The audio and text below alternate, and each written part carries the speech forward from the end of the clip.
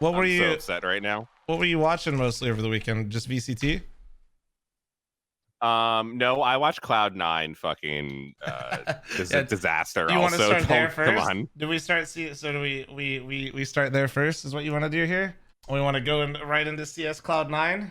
Ah, fuck. What are your thoughts? You as a we'll just say outside person, what are your thoughts on Cloud9 CS team? I'm gonna be completely honest, this is not too surprising. Yeah? Anyone who thought that the Colossus, the Juggernaut, the fucking version well, no, 1, Cole is a version Juggernaut. 2... Whoa, careful. Oh, sorry. Complexity is extremely good, so you can't meme on them. They are a Juggernaut, like, especially now that they got their roster kind of like settled again. They are on one.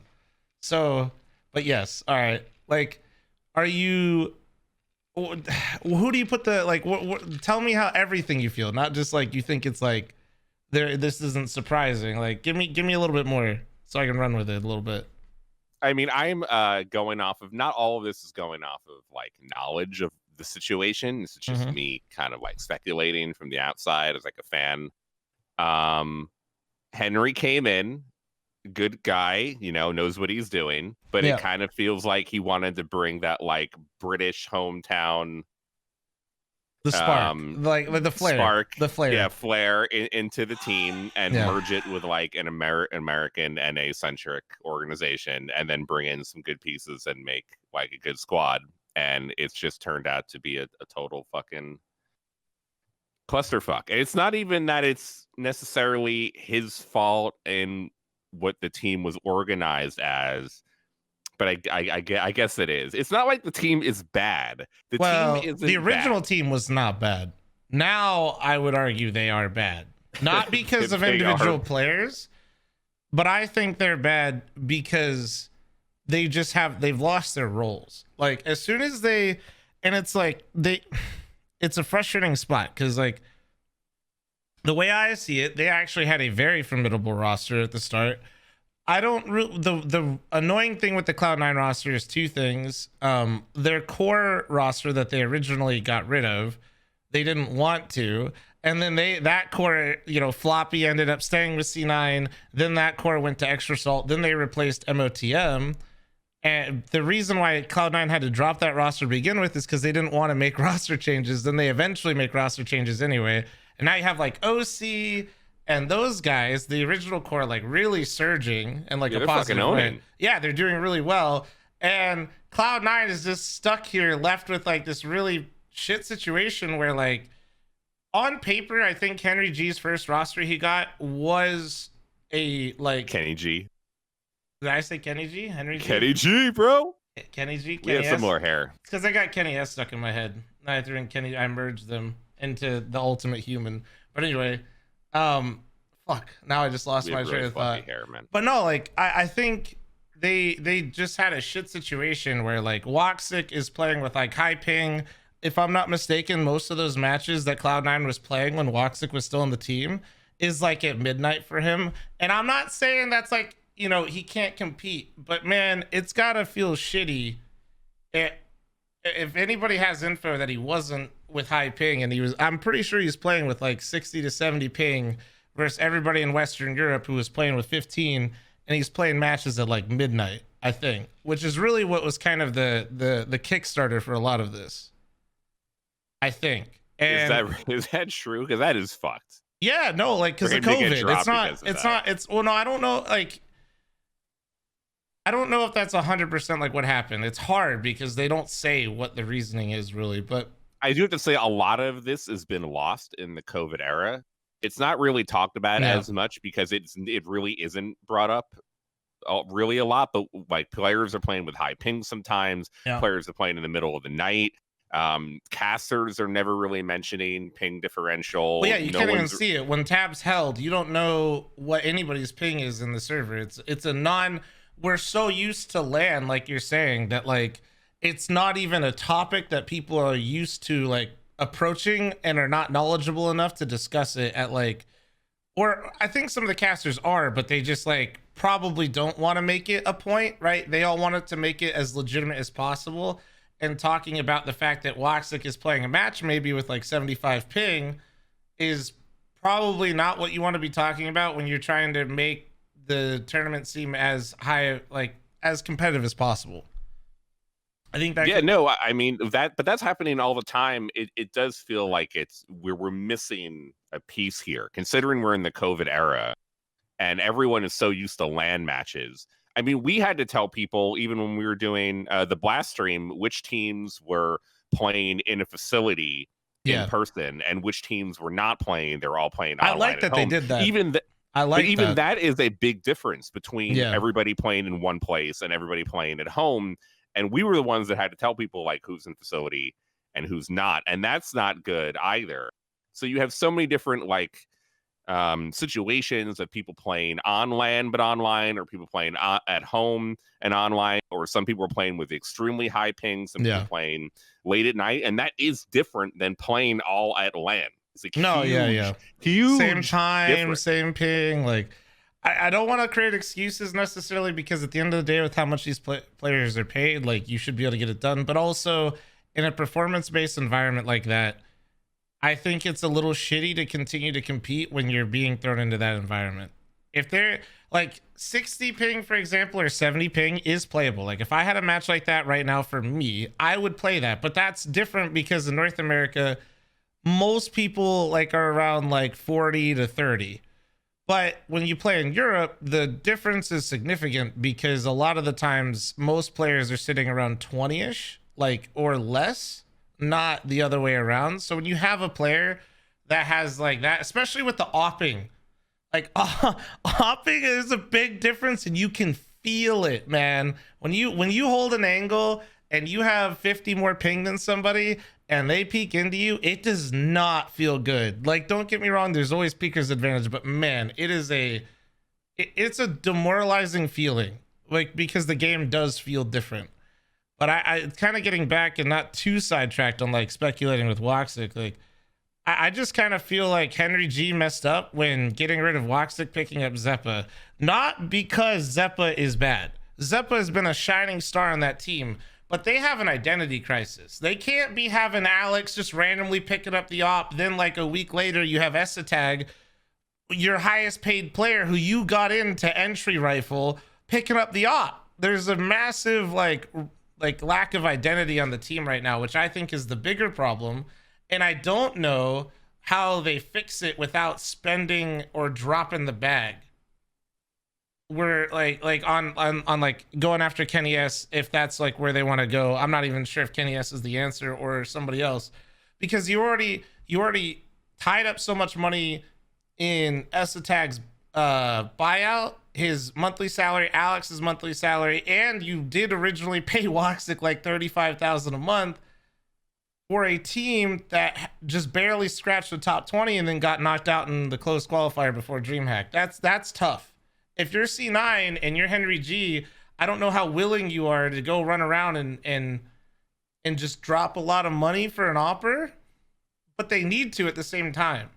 But then also they have two players in Zeppa and Floppy that are the lowest paid players on the team that are arguably their best performers. So what the hell do you do with that too? Like, I don't know what's going on.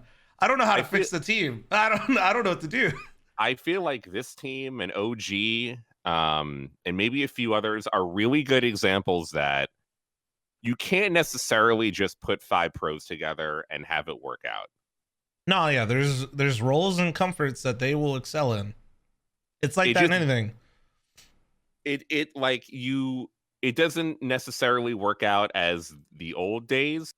Really, the only two options you have to be a really good esports team are you've been playing together for years already, and you're already successful, and then you can make roster changes within that core. Sometimes it blows up completely, like MIBR, where you were a championship level team, and the things got so fucked up that no matter how many roster changes you make, it is unfixable. Or you are a team that has been playing together without a sponsor, and you've already been playing matches and you've already been succeeding and excelling in what you're doing, and then you finally sign to a team after. Yeah. The have 5 pros, put them together in a new roster for a big org seems to like the upside of winning a championship versus the Cloud9 example of being very transparent, which I think is fantastic. It's really good. We need everybody else to do that. It is great that an org like that finally stepped up and was able to show how much they're paying their players, how much the buyout is, how much the salary is. That part is good. However, it does give a ton of fodder to the community or casters or us or whatever to talk shit about them when they're underperforming. I never use it as a weapon to talk shit like Reddit does. I won't ever do that. But you can use it as a base marker for what's going wrong on the team, right? You can see their misevaluation of players. That I can criticize. I wouldn't say, at the end of the day, players got to do what's best for them, and I'm never going to be like, oh, I can't believe Esatag took the contract that pays him $45,000 a month or some shit. Like, he's, off after just like 2 months of good times in Astralis. Like, I think that was absolutely stupid, but I don't blame Esatag for that for a second, What was the name of the team that Cloud9 picked up with Floppy originally? Oh, before I don't remember. Who were they with before? What were they called again? They're called Extra Salt now. Yeah, I know. But I don't remember.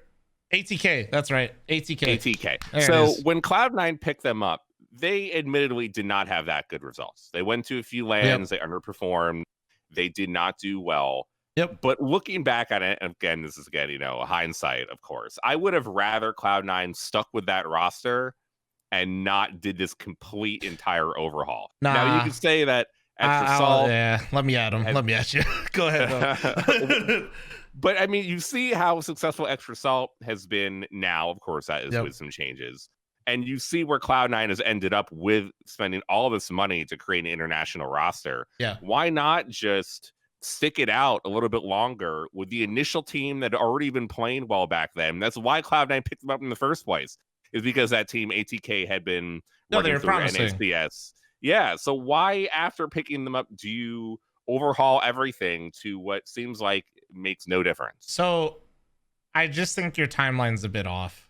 Like, they did give that roster time, and also how much time did they really give them? I think it was over 6 months. It felt like 6 months. I think it was like 6 to 8 months. It was just under a year. That is an eternity in esports. I know fucking 6 months is like 5 years in real sports time. Yeah. In terms of the way things change. And also that was like the bulk of the year for CS, right? Like, it wasn't like, it was essentially we'll call it the CS calendar year.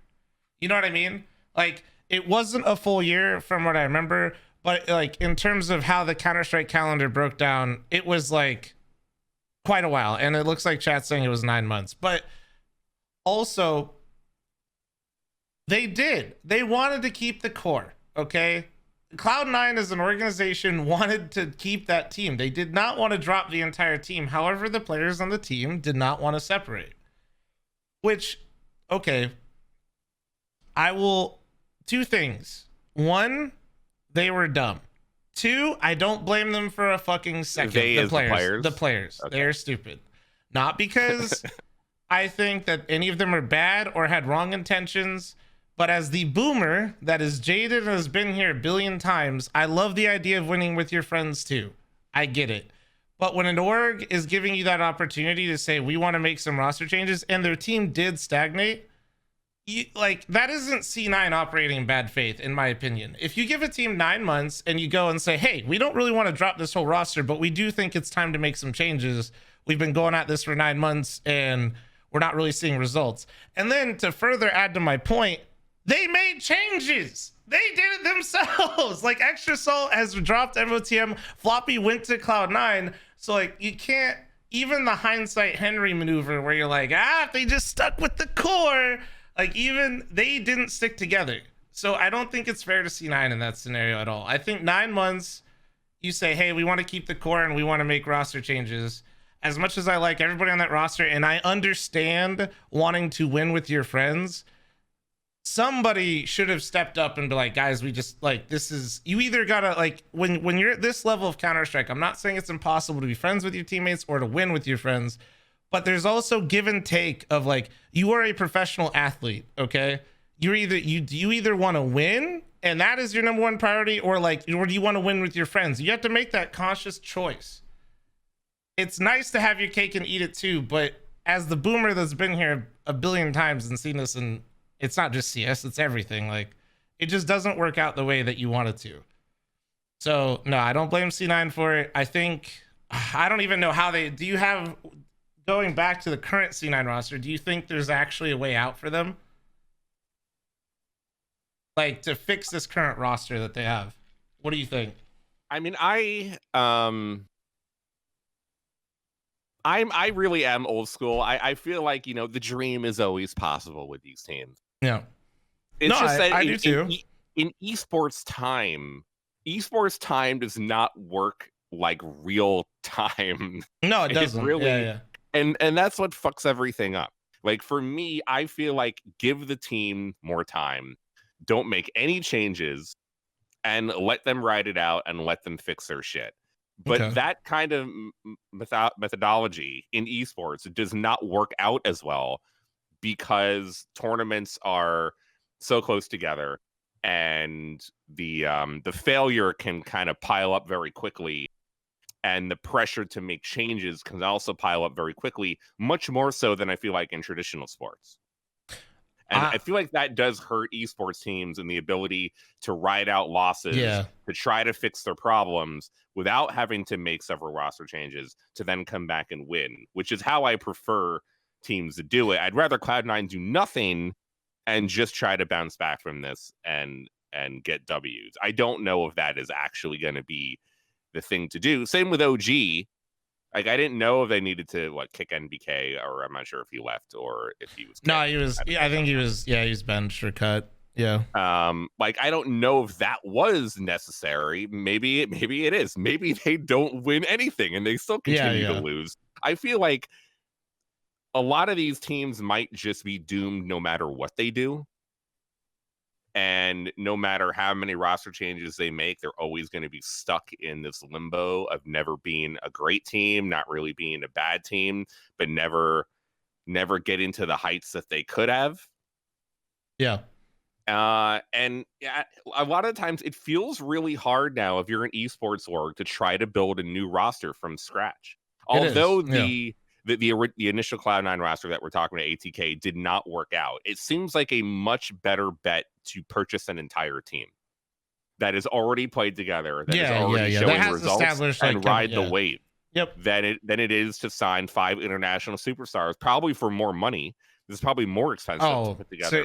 So, most of the ATK guys, without I'm pretty sure most of their salaries are probably like around 10K. Like that's like on the low end for most CS pros these days. Is like they were sitting like right around there. So, you go based on that, Essetag's salary alone almost fucking is that entire team's salary almost before. So I think 2 things to kind of talk about. One, I didn't want to tweet this because I feel like people get really stupid and it's just not a good platform to talk about it. But what do you think about the idea of restructuring deals in esports? Do you think it is I'm not saying I gotta say yes, but if C9 went to Essetag and be like, yo, we need to get an offer, this shit ain't working and we need more money, we need to redo your deal. Do you think that's completely, that's happened in traditional sports, right? It usually happens before the contract signed, but situations where they'll renegotiate to basically put better pieces around them for the betterment of the team. I'm not saying Essetag should do it or anything like that. I'm just simply saying, what do you think about that idea overall? You think that's in general, in practice, I love the idea. I mean, LeBron James took less money in Miami so that they were able to get Brady, Bosch a Brady contract. Always.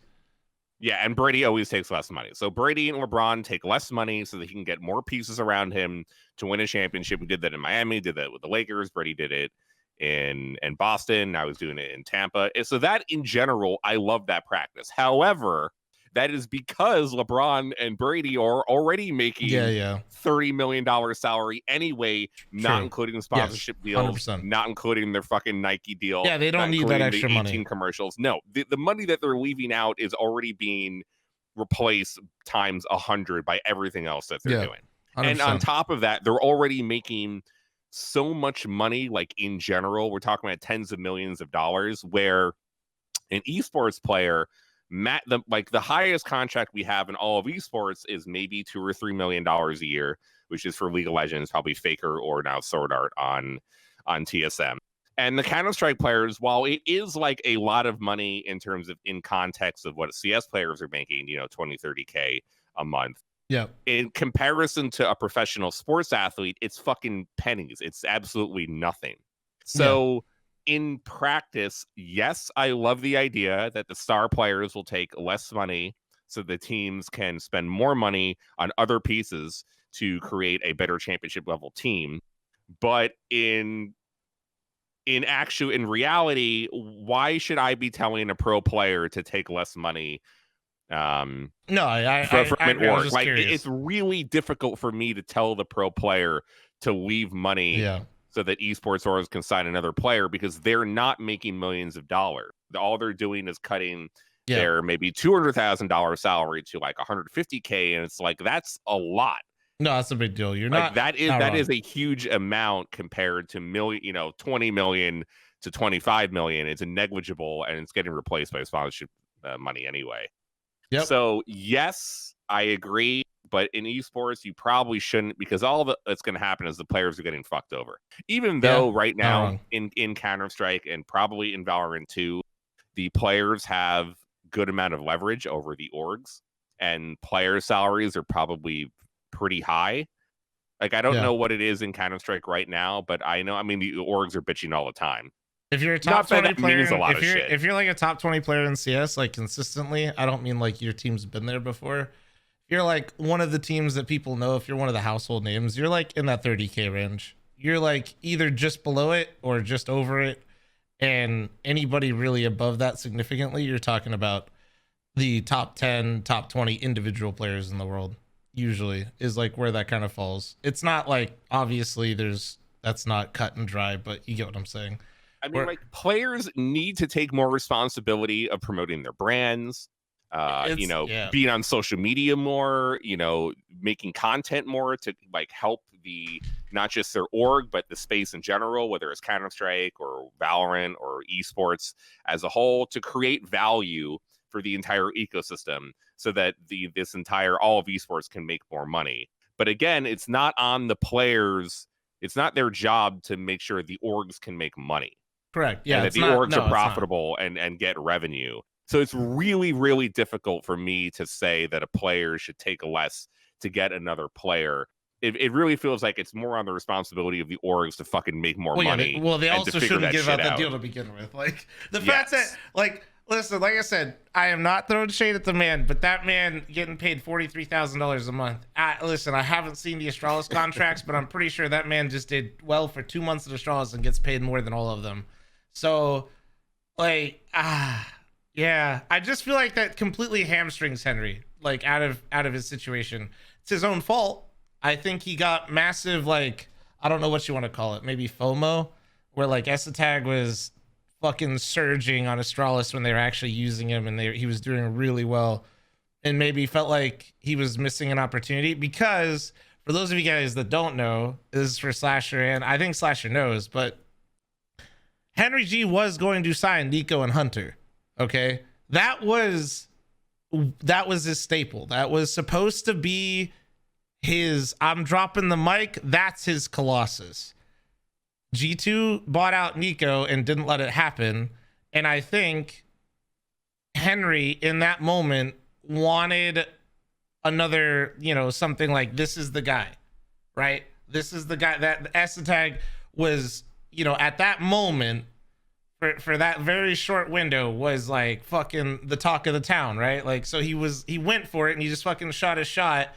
And I just think it's left him in a situation now where, because he lost his offer, didn't replace his offer, and he's got 5 players on his team, and the lowest paid players on the team are arguably the best performers. He's in a weird spot. He's in a fucking weird spot. Let's just leave it at that, though. Let's not keep beating the dead horse, because I think we could talk in circles on that one. I mean, yeah, really, like, Cloud9 is in such a difficult position in general. I mean, you see all of these orgs leaving Counter-Strike to begin with. And then we sit here and complaining that all these orgs are leaving Counter-Strike.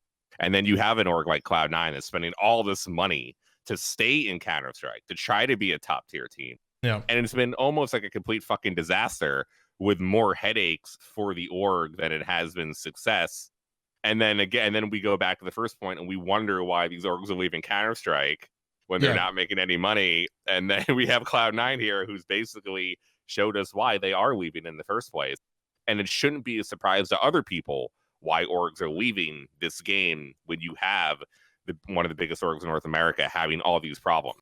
They spent the money. They got a great coach. They have a good GM. They picked up good players. They did what they had to do.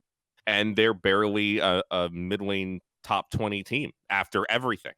No, yeah. And they probably get way more shit than they have been. Well, they definitely get talked about, that's for sure. Impressions are up.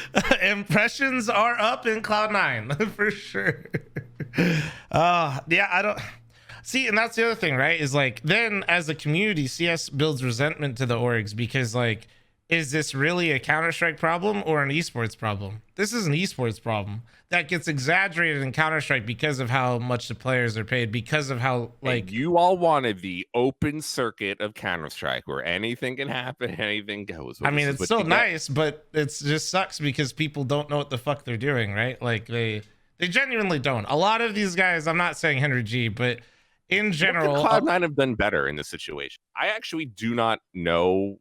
I think your idea of them riding out that roster is not a that is the only one that I think is okay, but I also just don't want to ever put blame on Cloud9 if they were willing to keep the core and they had the roster for 9 months. So like, it's like yes and no. In hindsight, it's really easy now to be like, oh, you should just rode the wave with those guys and see where it ended up. But that's just only because we have the hindsight.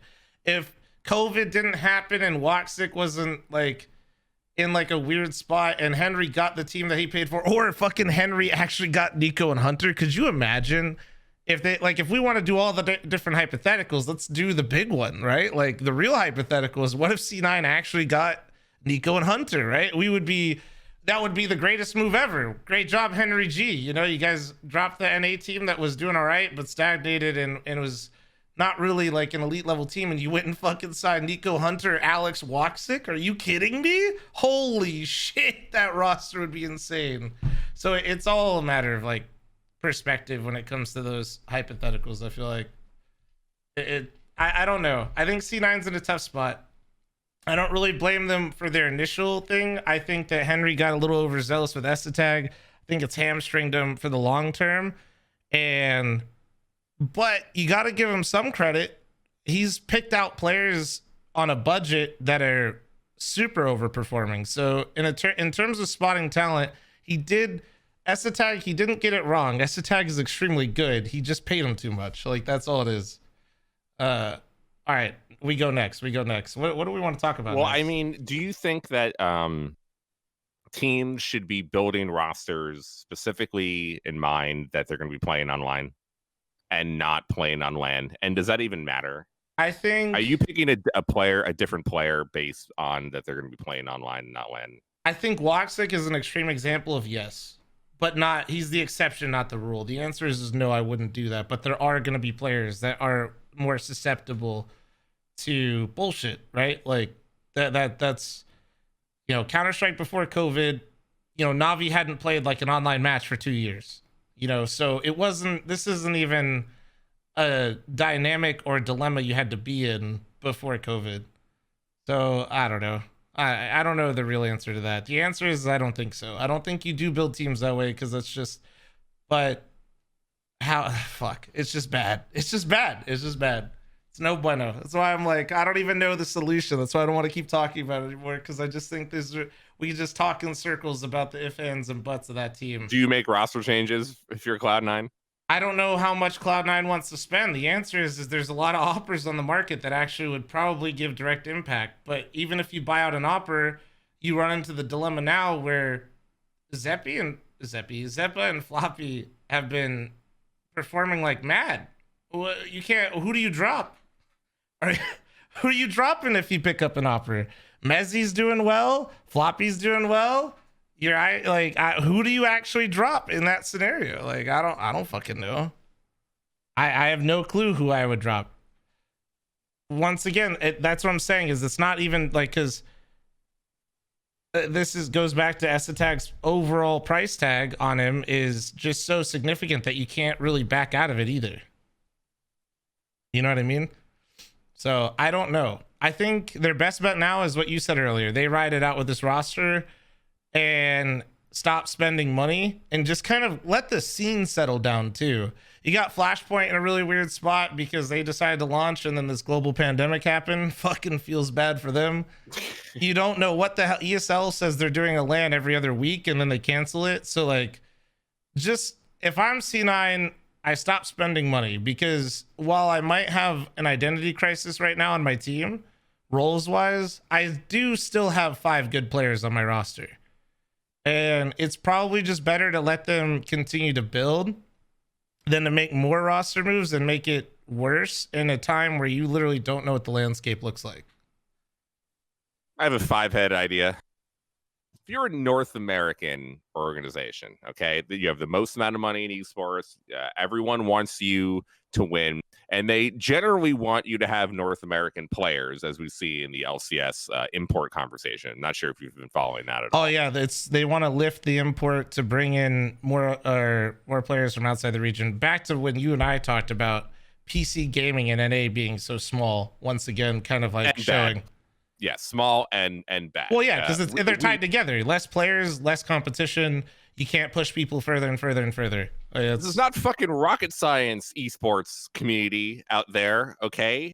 Of why we're in this fucking situation. I've been bitching about this shit like my whole fucking life. I've grown up in this shitty scene of high pings and low player base and a lack of commitment and a lack of practice and all the things. Boomer at it again. Here we go. Shitty fucking culture, gaming culture here in America. Shitty fucking esports culture. We have sucked ass at basically every fucking video game in esports for the entire anything eternity. That is on a computer, we suck. We fucking suck. We just do, okay? And although we have sucked less over time because esports has gotten bigger in America, it's gotten bigger everywhere else faster than we. So although we suck less, everyone else is better than they are before. So us sucking less doesn't actually matter because everybody is better now. So we actually have more problems than we used to. It's the same problems. They're just more apparent now because this is like a multi-million-dollar, billion-dollar industry that we've all, all like. So, one, I think the whole import conversation in the league is hilarious. It ties directly back to Counter-Strike. It's all the same fucking problems. No, it's over and over. It's just repackaged, right? It's just like, oh, here's our shit in a different box. It's like, oh, sick. All right. I've seen this shit before. Fans are to blame. I actually think I am to blame too. We're stuck in this like a limbo of where the org is from matters. It matters where also the players are from. Sometimes the org location doesn't matter, but most people consider Cloud9 and Team Liquid to be American teams. Most of their players have been American. That is true. But technically, the Team Liquid is from the Netherlands. That's where Nazgul was from, and was from a StarCraft team. And they are international esports brands. They've just always had North American players, and Cloud9 also is a North American-based org. So you think of them as North American-based organization. However, if they had 5 players that weren't from NA, would all the NA fans still be fans? And I think that they would be, but then everyone yells at the top of their lungs, including myself, that they don't have any NA players, and they're not an NA team, Yep. and we're not going to support you. But then we fucking bitch and moan when our teams go like 0-12 and then lose every game with the 3 or 4 NA players that we have, and then we say that we need international support or, you know, star players to put on the team. Whenever we talk about a star player in whatever game that we're talking about, whether it's League or Counter-Strike, it's not a fucking NA player. Like, whenever we talk about a star player, 1% of the time, the star player example is a fucking North American player from the United States or whatever. 99% of the other time, it's a fucking Korean mid laner or a player from China or a European superstar. Fucking absolute Chad, bro. Like fucking Chad, non-American, fucking just carrying 4 Americans across the finish line as they eat McDonald's. Always. Like on all those TSM runs and League of Legends that they won a championship. Stewie 2K, baby. Goddamn right. Fucking only player to win a major and the Grand Slam in America. Goddamn. Bless Stewie. All right, continue. And look at Stewie now. What the hell? He's fucking owning. They're surging. They're on a good. Hey, they're on a good trajectory. Be nice. They're on a very good trajectory. Good trajectory? What? The last three games? What? No, I mean, bro, getting to playoffs ain't nothing to fucking scoff at. All right, like everybody got dumpstered. They beat Navi. I think they beat Astralis. They beat Vitality. No, they didn't beat Astralis. They beat Vitality and they beat Navi. They beat Navi twice before CIS, aka Gambit and VP, took everybody to Pound Town for the tournament. You know, Navi was #1 going into that. So, like, I would say yes, Liquid is definitely way better off right now than they were. Okay, like they are, but we were watching Blast together. Oh, I know, I was there. It is not fucking 2016. Okay. No, but we did start to see it again. As soon as Fallen got the reins, we immediately saw Stewie make impact. Like, it was, I hate it actually, how like obvious it was that burned him so much that dude hit a switch. Don't get me wrong, it's not going to come back like riding a bike instantly, but man, anybody that watched those matches where Fallen was officially calling and Stewie was just doing his thing, it was like night and day, man. It was like watching an entirely different roster play the game, and that's why I'm excited for that roster. But back to your original point of like imports, and like I do think that there's, to kind of like talk about or branch off of what you're saying, it's not even just like players. Remember, it's games too. You were kind of alluding to it too. It's the problem that esports has that compiles with everything you're talking about is, yeah, you'll have C9 have like an entire NA roster, right? But in another game, they have like a Brazilian team, right? Which is like, I think the orgs do it to themselves. You know, you can't be one of these orgs that's saying, oh, we need to lift the import rule. People will still view us as an NA team, yet at the same time, you're tapping into like 3 different demographics intentionally for good reason. It's fine that you pick up those teams, but you can't like do both, you know? Like, so I think you're right. I think it's hard for people to separate the orgs from the players, and like the players carry the weight of like how you identify the team. But I also think that if orgs did want it to be different, they shouldn't have positioned themselves that way, but they also can't. You have NA orgs that pretty much dominate esports in the sense of how many we have, right? Correct me if I'm wrong. I feel like in NA we have a lot more orgs than other regions. For sure, yeah. But we also, just like you and I just talked about, have the fucking smallest player base on PC gaming, which is where most esports, the larger ones, reside. I'm not saying like, you know, like Fortnite's fucking huge and it's cross-platform, that kind of stuff. But overall, you have this problem in esports that the orgs are mostly NA, and most of the players that compete at this and most of the people that watch are not NA.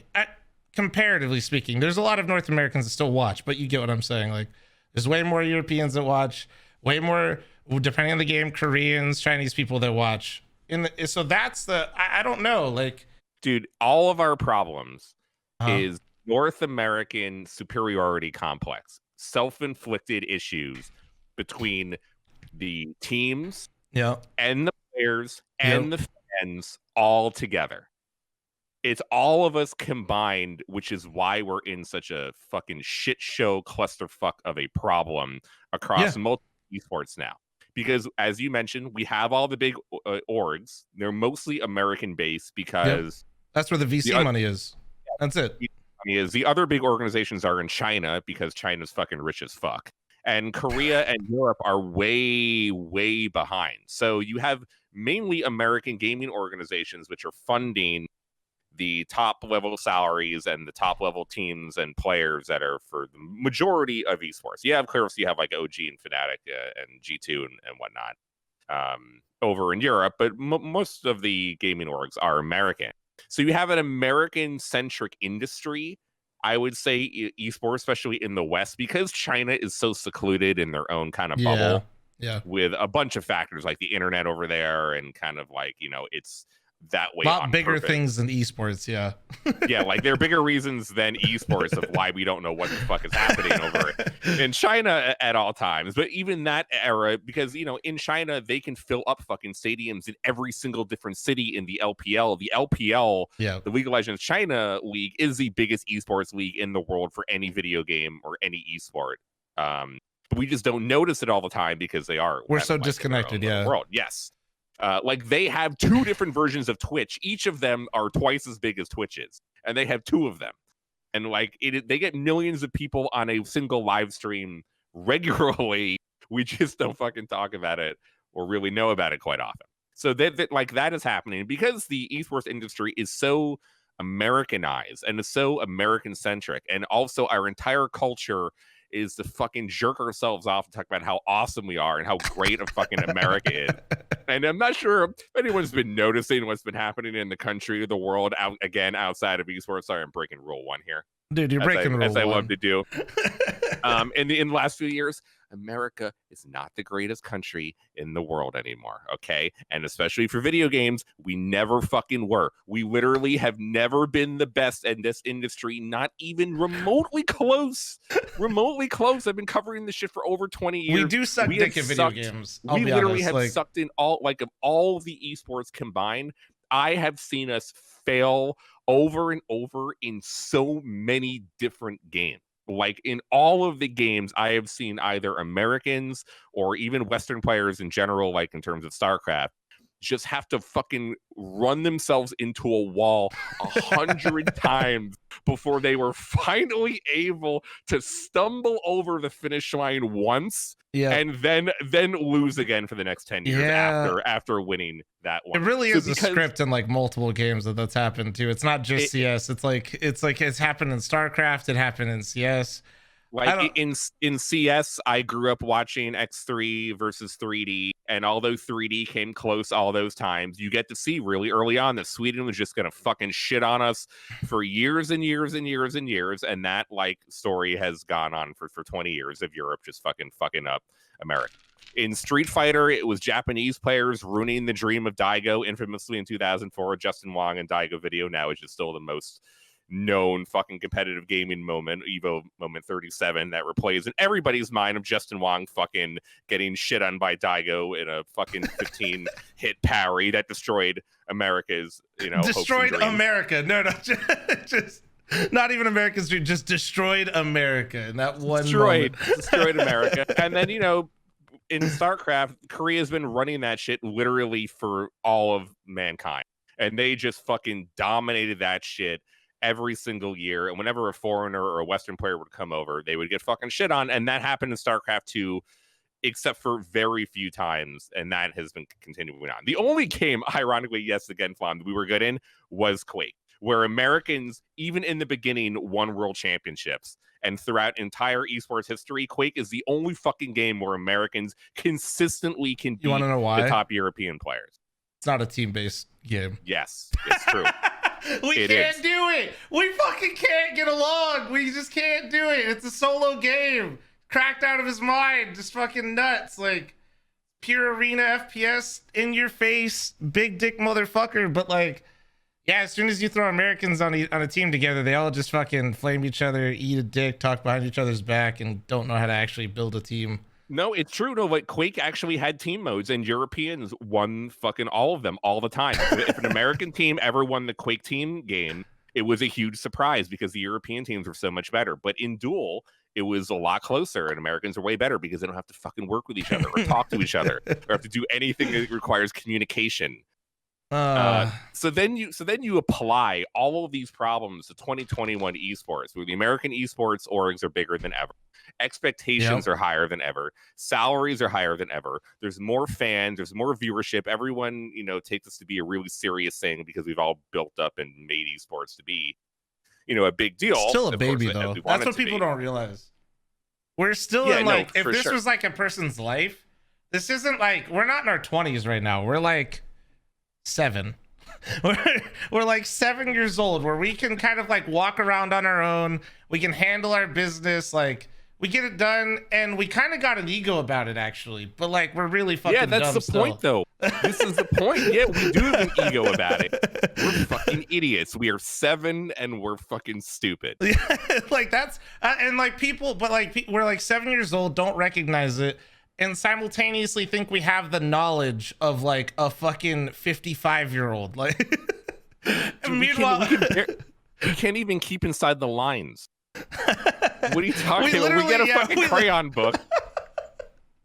No, some pencils and shit. And we can't help ourselves. Fucking A, bro.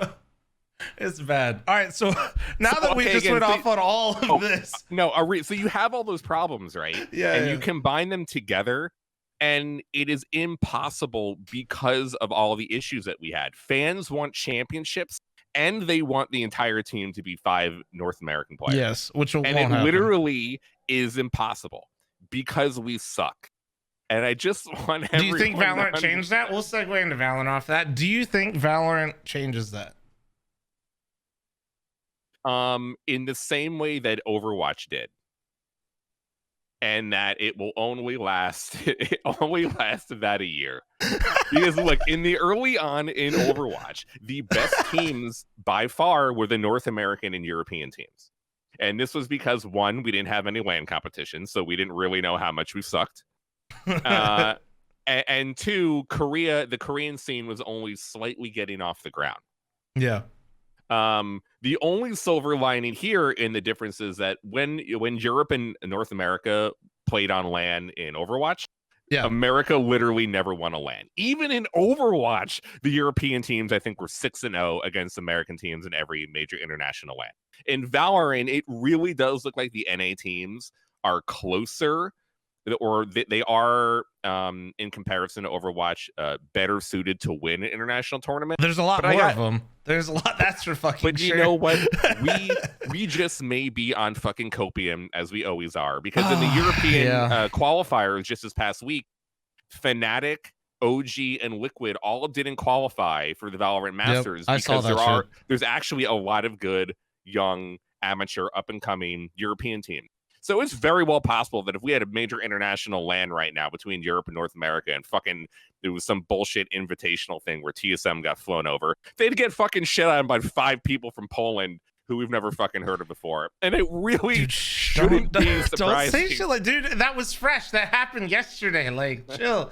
No, I think, like, you're right. And we were talking about this before when you were just shooting the shit on blast. And this kind of goes back to my original point with Valorant. The thing that I'm, like, worried about with Valorant for the health of that scene is there's like basically 100 North American paid professional players in Valorant, roughly, like that just came from CS.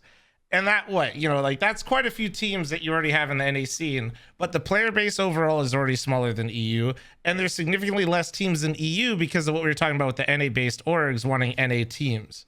So now what you already just talked about is there's like an enormous untapped potential European scene out there that isn't getting any support because the NA orgs want NA teams to basically rise up, but I just don't think it's going to happen. The player base is already larger in EU. There's less org support over there, but I would imagine that just like anything, when you get more players, you get a more competitive environment. It breeds a more competitive atmosphere just naturally because you have so many more players that it's gonna, I think you're right. I think in like a year from now, we're gonna see not necessarily NA just like shit the bed or something, but I do think that you're gonna see EU teams kind of like start to take over. We'll start seeing more international lineups maybe in like 2 years from now. And then I would imagine when they franchise, almost any team that's based in North America, if they do franchise like LCS, will be packed to the brim if they're And like whatever the import rule is like, you know, if they do like what they do in LCS, what is it, 2 or 3? It's 2, right? They can get 2 players that are non-NA. So I just think every NA org is going to have 2 players from Europe on them, and they're all going to be franchised out of their mind.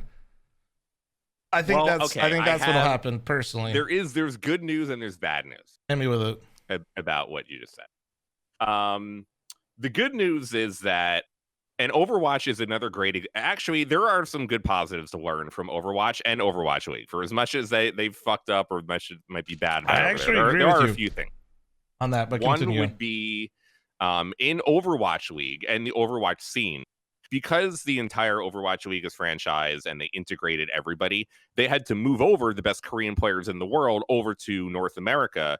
And those Korean players have been playing in North America for, well, I mean, COVID forced everybody back. So people have been playing back in Korea and back in Asia. Okay. But for at least the first 2 seasons, they were in North America. They were in Los Angeles. That forced the best players in the world to play on the LA server.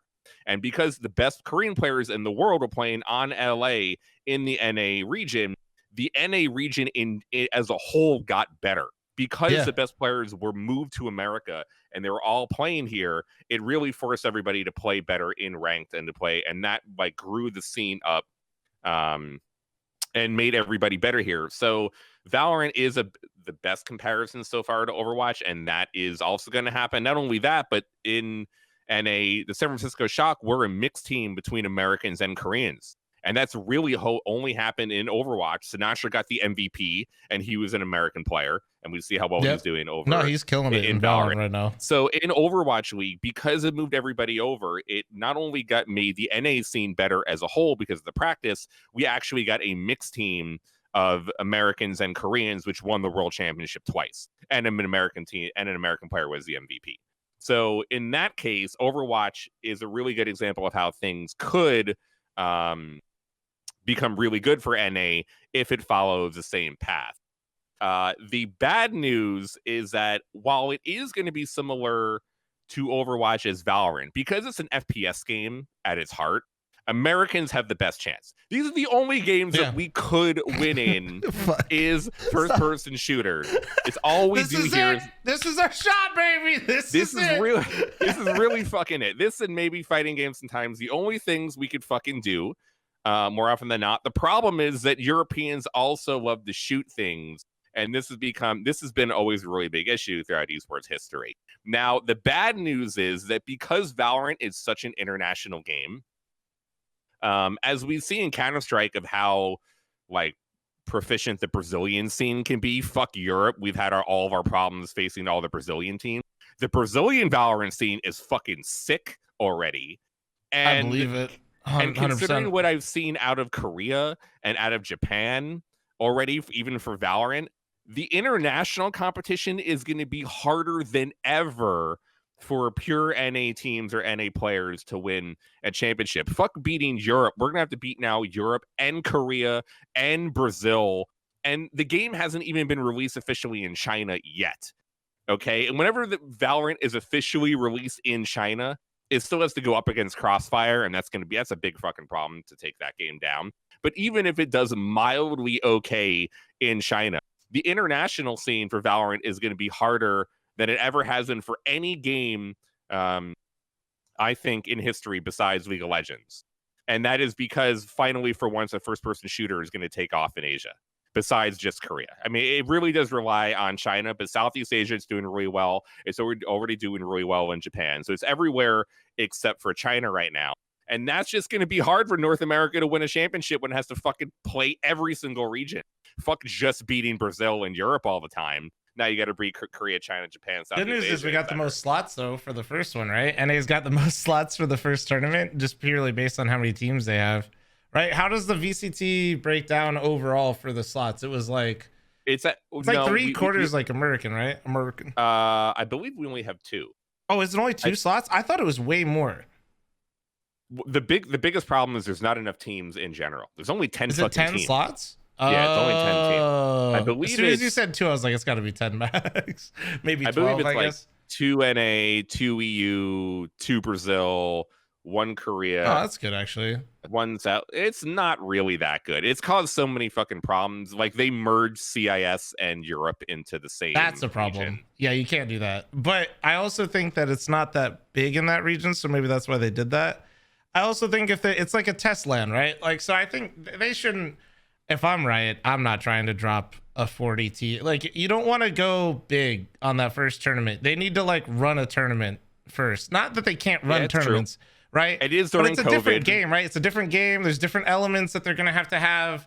It's during COVID. Trying to drop like a 30 team, 40 team LAN or something like that. What, probably like more like 25 to 30 would just, I think, be a nightmare. I think it is an actual LAN. It's not like this ESL shit where everyone is playing from like their own facilities. It literally is going to be all in person on LAN. ESL did want to do that. It's just, I think it's much tougher to do in the Counter-Strike atmosphere because that atmosphere you rely on, like, it's not all one like moving piece where like Riot, like they're gonna do all the production, they're gonna bring everybody out, they're gonna do all of it. ESL is kind of like that, but they rely on the orgs like in terms of like where the players are at, right? You know, I think with how heavy EU is, but like in Counter-Strike you have the problem where like, okay, are NA teams coming over? Well, how the fuck do you even get them in the countries? And you want the CS tournament to be in EU, like in the heart of it. Otherwise it's kind of pointless, I would say. Like, I wouldn't want a CS LAN in Iceland, not because I think Iceland sucks or something, but like it's just not where Counter-Strike is, you know what I mean? Like that's like Counter-Strike is in like Western Europe and in Eastern Europe, so having it somewhere in there would be good and be perfect for the LAN, but almost impossible logistically because like fucking, I don't even know the rules, but I'm pretty sure Americans can't go anywhere except for fucking Serbia. And the only reason the Liquid players were allowed to go to the Netherlands was because of the facility and their connection with the government. Just because they have like a relationship, like actual relationship there. So I don't even know, like I can't fault ESL. I think they want to do it and they have intentions of a real LAN, but I can't see it working. No, I mean, I'm not faulting any organizer, especially ESL, for not being able to pull this off during COVID. Shit is just really fucking hard. And unless you're really a $1 billion company like Riot that can just spend everything and organize everything, because yes, they do control the scene a lot easier, they're able to do it. I think it is commendable for Riot to be able to pull this off. At Worlds, there were 0 positive cases of COVID. Nobody tested positive. They did a great job of flying in 20 teams, all the players, all the staff, all of Riot staff, and not one test positive for COVID. So I think they did a great job with Worlds. I'm very excited to have an actual LAN. And not only that, for it to be an international Valorant LAN. So that part is really cool. That'll be cool. Like that is cool. Like 100%. It just isn't enough teams, but it's something. So it's not great, but it is going to be good to have something. I think really it's perfect for them. Would not be surprised if North America, like, as we're talking about this. No, I think that the other regions are definitely weak too, but I don't even think that North America is top 2. Like, I really actually still think Europe and Brazil are better than North America right now. I haven't watched it enough to have a real opinion, so I won't comment on that. Are probably Envy and Sentinels and maybe 100 Thieves. I mean, Ethan's looking fucking sick. Of course he is. He's been playing CS. Of course he is, bro. He's been. I mean, they haven't practiced once, I don't believe. And I don't know really how long Ethan's been playing seriously. Well, they put him on smokes too, right? Well, look, I know Richard he's on Omen, right? Yes, he is. And Nitro is switched off into kind of the flex role. Okay. Now, I know Richard released a video recently. I didn't watch the whole thing. I'm not sure if you saw it. I really have to wonder how much Ethan had been playing Valorant this entire time while EG was having problems.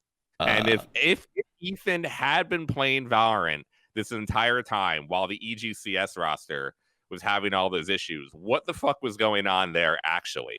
And if he hasn't, it is actually way more impressive that he's been able to fit in this much, even though the game is basically the same thing. You just have two things here. One, that tweet wasn't at Ethan. 2, Ethan shouldn't have been offended because it wasn't, and then it became a pissing battle on Twitter. So that's kind of irrelevant. I don't think actually originally Richard was really making a tweet about Ethan. Richard is not the type, like, that was an overall sentiment, I think, for multiple people in the scene, not one player. Ethan could have been included in that a little bit, but that, bro, you gonna tell me Richard, if he had a problem with Ethan, wouldn't just tweet at him directly?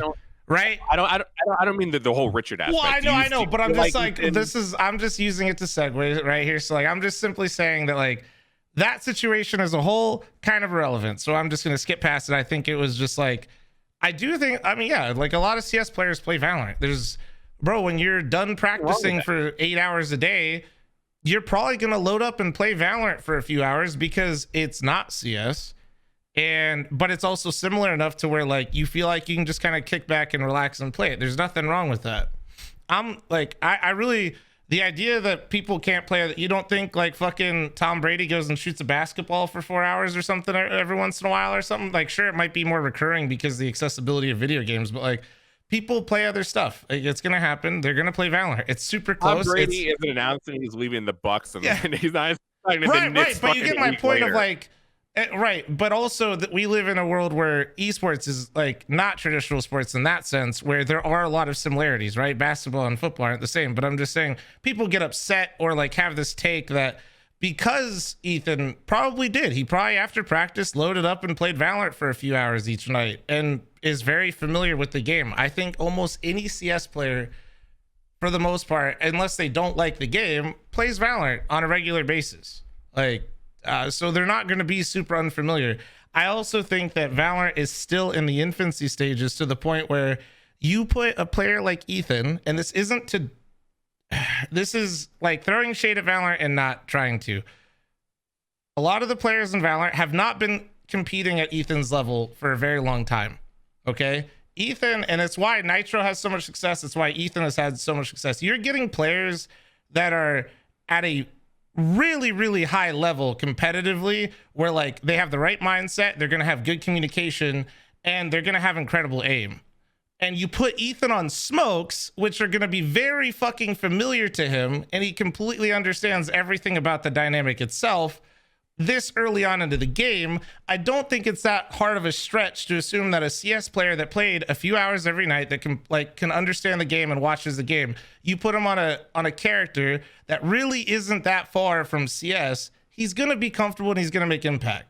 Like, period, end of story. It's why 100 Thieves went for him, in my opinion, and why orgs will continue to sign CS players if they can, if they're at that super high level, because right now Valorant will develop and it will be harder for players to transition over and do what Ethan is doing right now. But right now, you can do that and you can get away with it 100% without question. If there were a couple other players on a tier 1 team that went to Valorant, I think they would have similar success individually. Maybe not team-wise because 100 Thieves is cracked, but I think individually they would for now. In like a year from now, the game's going to be so far developed. There's going to be so many more characters that playing a few hours every night, the game is going to be drastically different from Counter-Strike. You won't be able to do that. So, and this take that players are grinding both for like job security, I think is not really what's happening. I just think it's early enough on that you can get away with it. Yeah, I think that's probably accurate. And really, players should not be scrutinized for doing whatever they want in their free time, whether it's playing fucking Valorant or playing Hello Kitty on stream, whatever they want to. Okay? Bro, Hello Kitty's lit. Lit, bro. I mean, they can play whatever the fuck they want. It's not, they're paid to play the game they have, and if they want to go do anything else in their free time, it's not like they have to play fucking Counter-Strike and stream Counter-Strike in their free time. They could do really whatever, including if it's with their side piece. Okay, and if they have to leave their main for their side piece, well, you know what? Love changes, and anything can happen in the world, you know. And sometimes you just fall out of love. Did you see this Kenny S stuff? Of course. Okay, so now it's already been debunked. I wish he didn't respond, because then we could have a very long conversation. But what do you? Well, players never lie. You're right. No. I mean, no. Banks is known to be a troll. Like, Banks literally said it was like they did it for the clout, basically. So I actually hope that he is lying. I actually agree with you. I love this idea that as a player, Kenny S, everybody knows what they're getting with Kenny S, right? in CS, but he doesn't really have like a resume, we'll call it, in Valorant. If he starts trialing with teams, I love this dynamic of players kind of building like their resume in a different game while they're teamless, not the Richard Lewis type situation, while they're teamless, to like build up stock. I actually think it's such a smart move that nobody's done yet, where he's not going anywhere necessarily yet, but imagine for like he's gonna have like 2 CS offers and maybe like 3 Valorant rosters. I think it's so cool that you might see a situation where he's able to like increase his stock because he was playing a different game as well.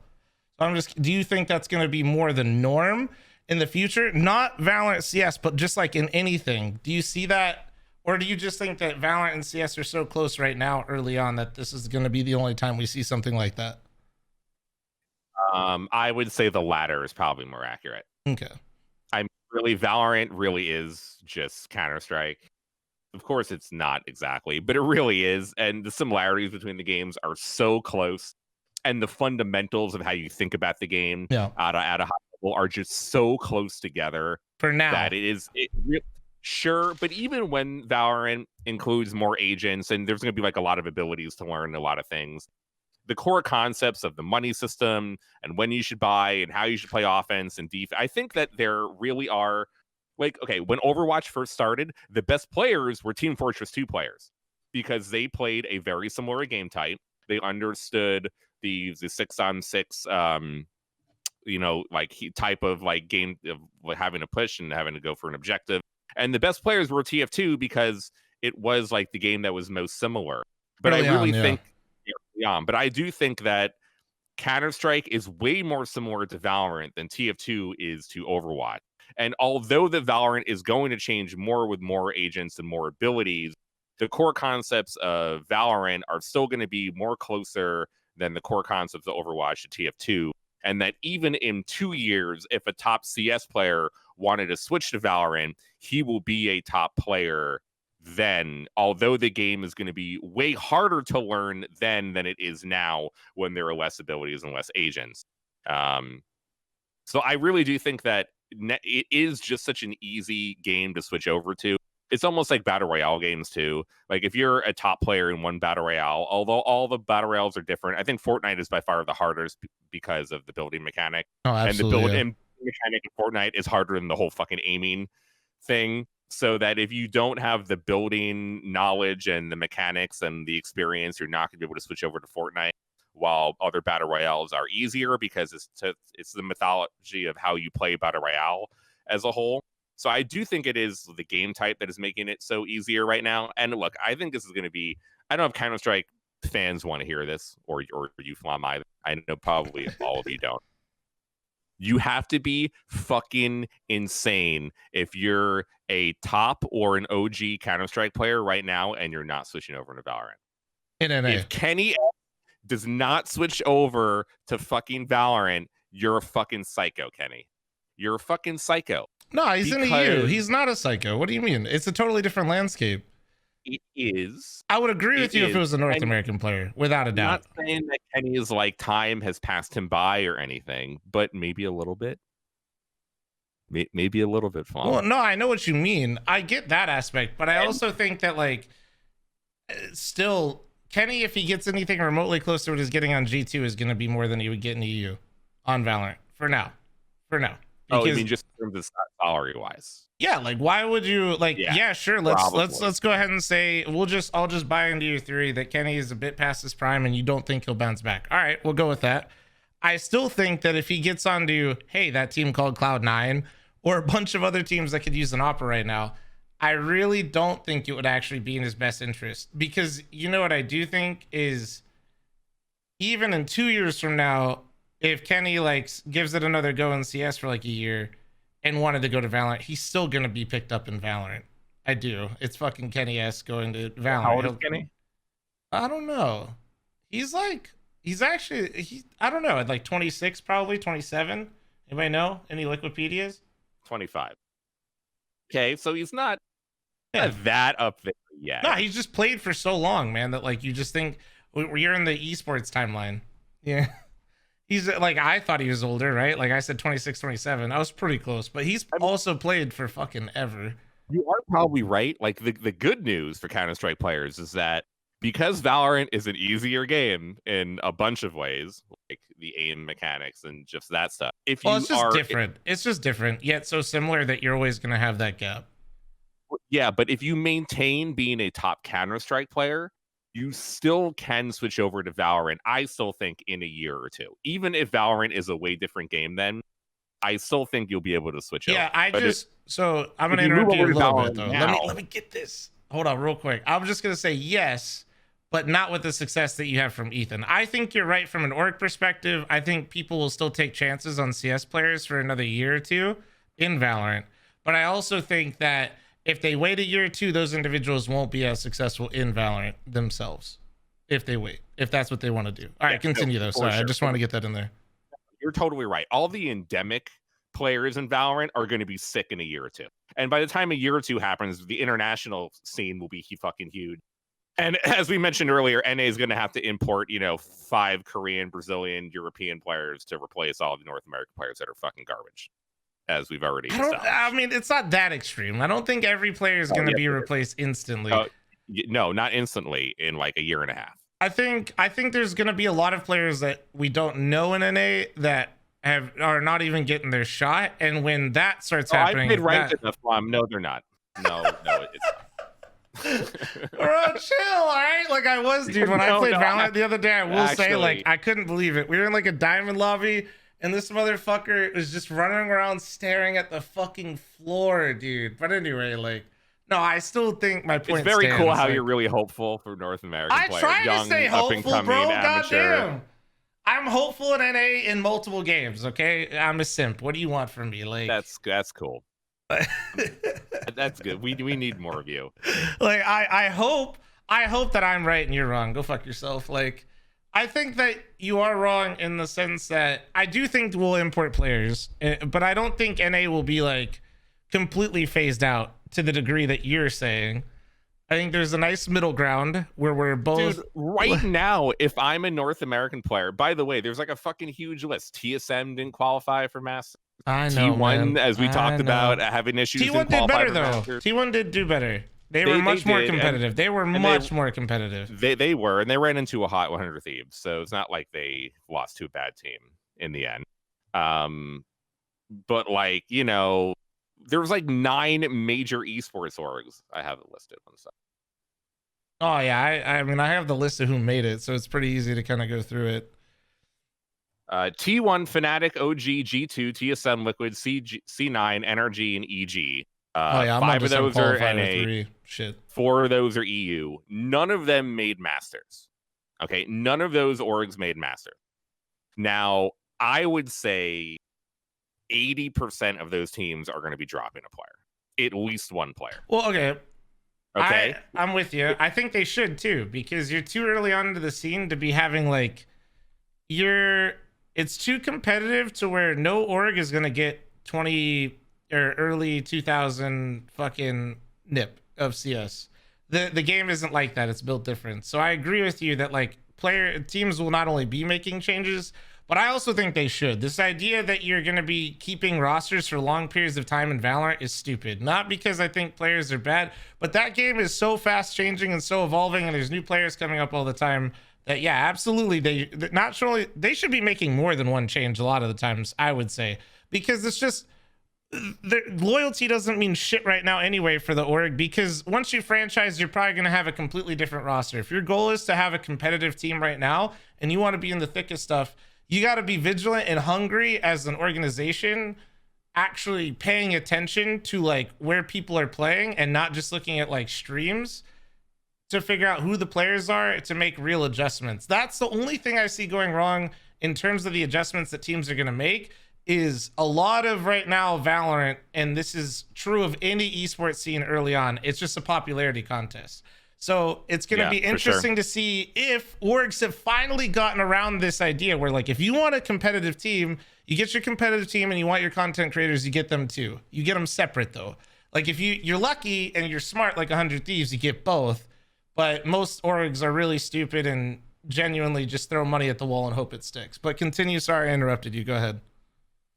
No, I mean, you're totally right. All those orgs missing out on Masters just show the ineptitude of big esports orgs and trying to scout talent.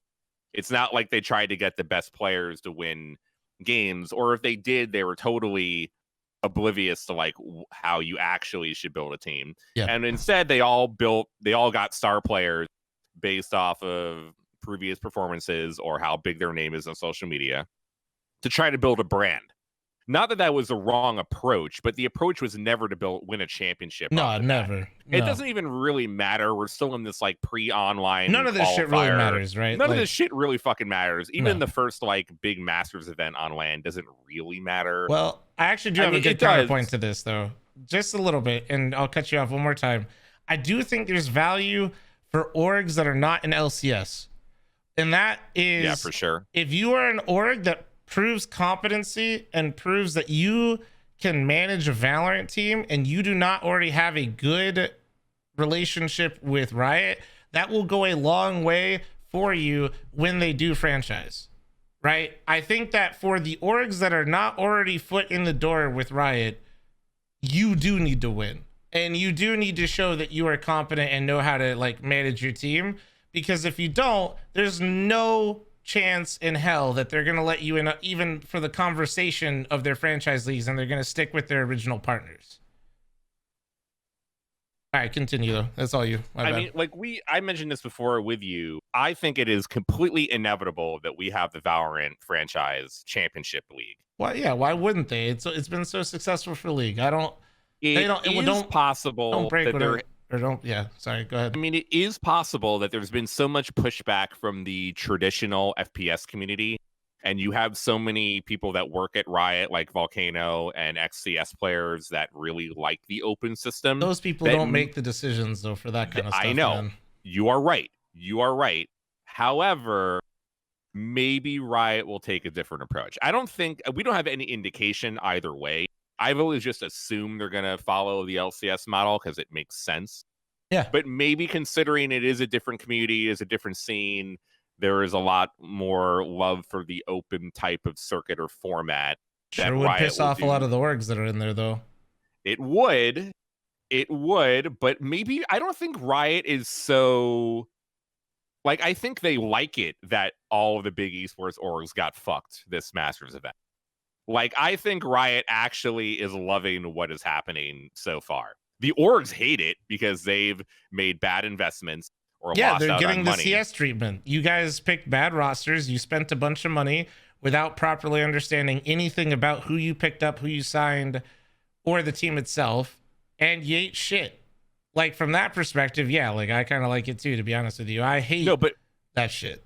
So, but if you're Riot, you would think that, oh, they're their partners. They're not going to like it that they lost out on all this big exposure potential for the first LAN event. But I almost feel like, and I don't know this for sure, I'm just speculating, that Riot internally really enjoys the underground amateur young player being able to come up and play the game and beat the pros, because it gives a better name for the game that is Valorant. And that's more what they care about, less than the esports partners and having the promotional marketing aspect attached to the event. So we really have no idea. If the franchising stuff happens, then all of this shit is moot anyway. So it's really hard to see into the future. It really depends on if we're going to have franchising or not. If we have franchising, then we have to consider import rules. We got to consider people moving over to America, and what's going to happen then. If there's no franchising, then the same... Because in Counter-Strike is a great example of what happens when there is no franchising. When there's no franchising, and this is an aspect I don't think is talked about as much or enough as we should, international rosters staying with themselves in the language that they speak is way more common, because it is easier generally to call, and it is easier generally to have a relationship with your teammates than it is an international roster.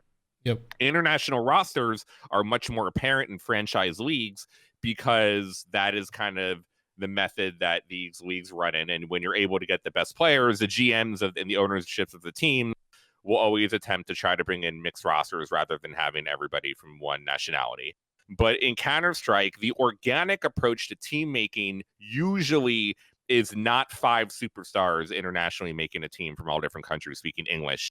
It usually is still a one nationality team speaking one language. Yeah, it definitely simplifies everything. Like international is just so hard to accomplish. It's really, really, really, really hard to do because of all the things that you mentioned: language, communication. I think a big thing is culture too. You know, like somebody cracks a joke in one culture and it's like, what the fuck? You know what I mean? Like it's hard sometimes to like relax in that environment or like feel comfortable, maybe is a better way to phrase it. I do think international rosters struggle from that more than people realize. It's not that they're not friends, but sometimes shit just doesn't hit the same when they don't grow up the same way that you do. Not that you can't get along and be successful in a business relationship, but sometimes when you're in a hyper competitive environment, when you're around, you know, something that isn't talked about a lot is in esports, because it's mental and not physical, the amount of time that you play is extremely high, and the amount of interaction you have with these individuals is going to be more than like anybody else in your entire life. So that kind of culture, like the culture is just very important in that aspect. I don't just mean like winning or losing culture, just purely being able to get along with people for 8 to 10 hours a day with no breaks. You're in Counter-Strike's case, you're traveling, right? You know, you're spending months at a time overseas with these people. Like, yeah, it's an interesting dynamic, and international rosters, I think, are always going to be harder to pull off than if you stick with, like you said, like more of like a grassroots approach, or like a team that like all speaks the same language, comes from the same culture, that kind of stuff. But that happens more organically. And the more you include franchising, the more international rosters that you have. I think, you know, looking like FaZe and like Counter-Strike, it's very cool. Like the upside is definitely there. If you can bring in superstars and have them not speaking their native language and everybody speaking English, you can create really cool storylines and a powerful narrative, and you can create a better team, I think, on paper, than you can in other circumstances. But it hasn't really always shown to work, as we've seen. The amount of success that we've seen between international rosters compared to the amount of failures, it really seems like there's been much more of the latter if we take in all the historical accounts into take. So like that's going to change depending on what happens for Valorant. But right now, like, okay, if you're a top Counter-Strike player, right? If you're a Kenny S and you're in limbo right now, where you're still a great Counter-Strike player, but you're not maybe at the performance level that you used to be. Your level isn't as good as it was before. It's fine, yeah. And you see a Valorant scene that is totally in flux and everything is up in the air. And although the European salaries for Counter-Strike are definitely lower than the European Counter-Strike salaries, the North American Valorant salaries are fucking huge, and on comparison, somewhat similar to maybe not the very top of tier 1 Counter-Strike, but like pretty close. Why not try to get an opportunity on as a replacement for a TSM or for a T1 or for a G2 or for a Liquid, or all these teams are going to be making roster moves anyway? Maybe. I think it comes down to like, if you have the option for both, it's like I just think having the option for both for him is cool. I don't really think there's a right or wrong answer for him, because those situations are like first world problems where he is going to more than likely have offers from both. CS will probably net him more money, just because he's a European talent in Europe. Maybe not all the time, but yeah, I think overall it will still be a better choice. But I think there's also something to be said where maybe he feels like he ran his course, but he did respond and already say like he wants to continue to grind CS, and that he was just playing with the alliance scrims to just kind of see how it was. And Banks is literally like, yeah, we may have done it for clickbait. Like, yeah, maybe. like can you believe that Nitro didn't get any offers? That's not what happened though. That is incorrect. And yes, I can believe that. That wasn't so. Remember, Nitro did get offers. He just got offers that he didn't want internationally. He just didn't want to move out of NA. It's very different. And the NA orgs moved out of CS because there's this new shiny toy in Valorant, and they're all shooting their shot over there because a lot of them have run their money into the ground trying in CS, and they do a terrible job.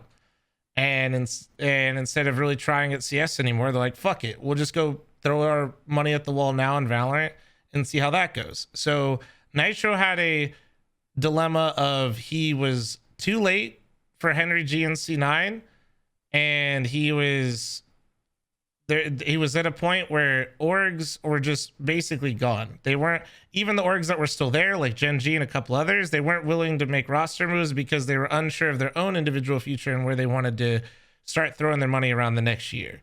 So Nitro did have offers. He said it in his own interview and his own YouTube. You guys should watch it. It's a really good one by Banks, by the way, the guy that is the GM for Alliance who clickbaited Kenny S.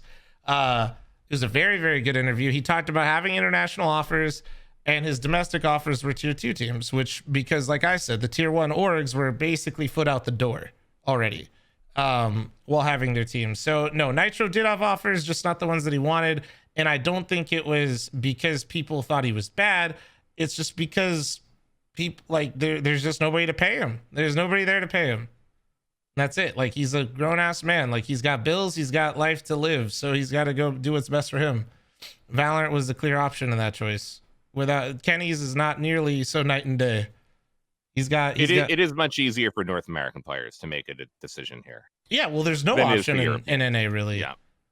I'm so happy the Extra Salt guys found an org that's willing to give it a shot, you know what I mean? Because they were, you know, just like the Chaos guys even more so. Fucking A, man. You know it's bad when I start taking investment meetings hoping to God that somebody's going to throw some money at me, and they basically say we would if it wasn't COVID. You know it's bad when I'm at that point where I'm just like, bro, this is fucking free. Like, dude, I could sign the entire Chaos roster. Like, I was like, I'm down. Like, let's go see if we can do it. So it's not from lack of NA community interest. It's not from how players view Nitro. There just isn't another option because of what orgs have done.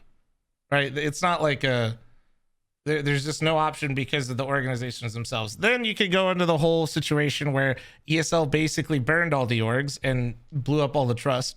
That's a fair point, but that's a whole nother discussion that you and I have already kind of made our rounds on, so I'm not going to repeat ourselves too much there. Yeah, I mean, NACS is still in such a precarious position where if you're a North American player, Counter-Strike player especially at the top end, you are so incentivized to switch to Valorant right now. Like, there are so many upsides compared to the downsides that it really does make sense. Unless you really just love Counter-Strike that much.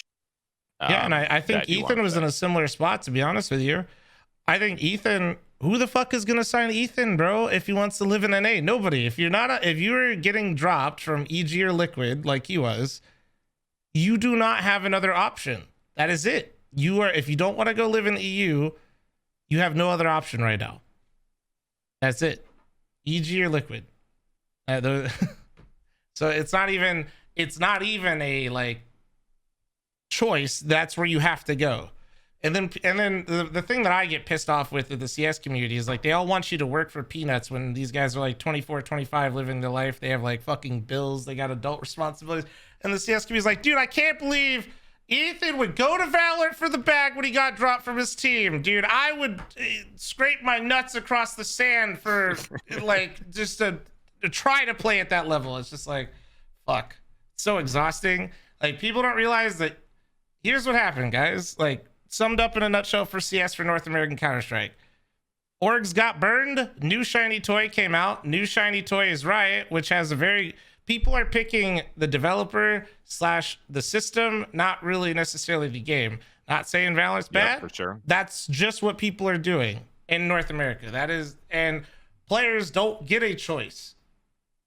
That they don't get a choice. Isn't Complexity an NA team? No, they have one player. They have Rush. They all live in Europe. They have Jason Wake. Yeah, true. And they're American. They're fucking them. They cannot be any more American. Fucking goddamn free. They are an NA org though. But so no. Cowboys. NACS players right now don't really have a choice. Now, interesting topic to kind of segue on that. Do you think if we'll just say if Valorant did decide to franchise, do you think there would be a swing back for a lot of players that are outside looking in? Because Riot isn't really known for their great support of tier 2 anything. And any, like, only just recently did they start making like a legitimate tier 2 scene, I would call it, for League of Legends. Do you think there would be players that switch back? Do you think orgs would switch back? Because there's no way, if you're not getting franchised in and getting the nod from Riot, you're outside looking in. Thoughts on that? Orgs that do not get chosen will switch back, yes. Because I don't think Counter-Strike is going anywhere. So by the time that happens, yeah, an org that does not get picked will definitely switch back. But if they are in, if the orgs are in, I think it's going to cost so much money that we'll never see them in Counter-Strike again. Yeah. So it's either orgs don't get picked and they come right back, or orgs are in and they will never be in CS after that. So there was like some downside and some upside. I think what was going to happen, we're going to have more broken hearts than ever.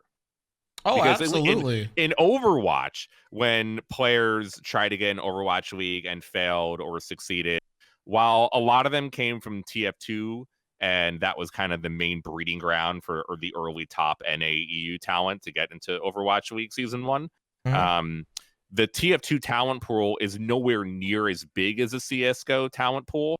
So there's going to be a lot more failures of players trying to get into the first season of the Valorant Championship Series or whatever, and failing, and then after failing to get into the Valorant Championship Series, not being able to regain their skill in Counter-Strike compared to all the people that kept playing Counter-Strike.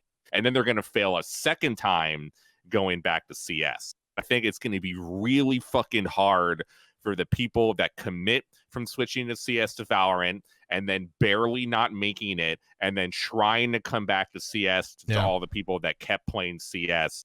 It's going to be such a hard time for those people.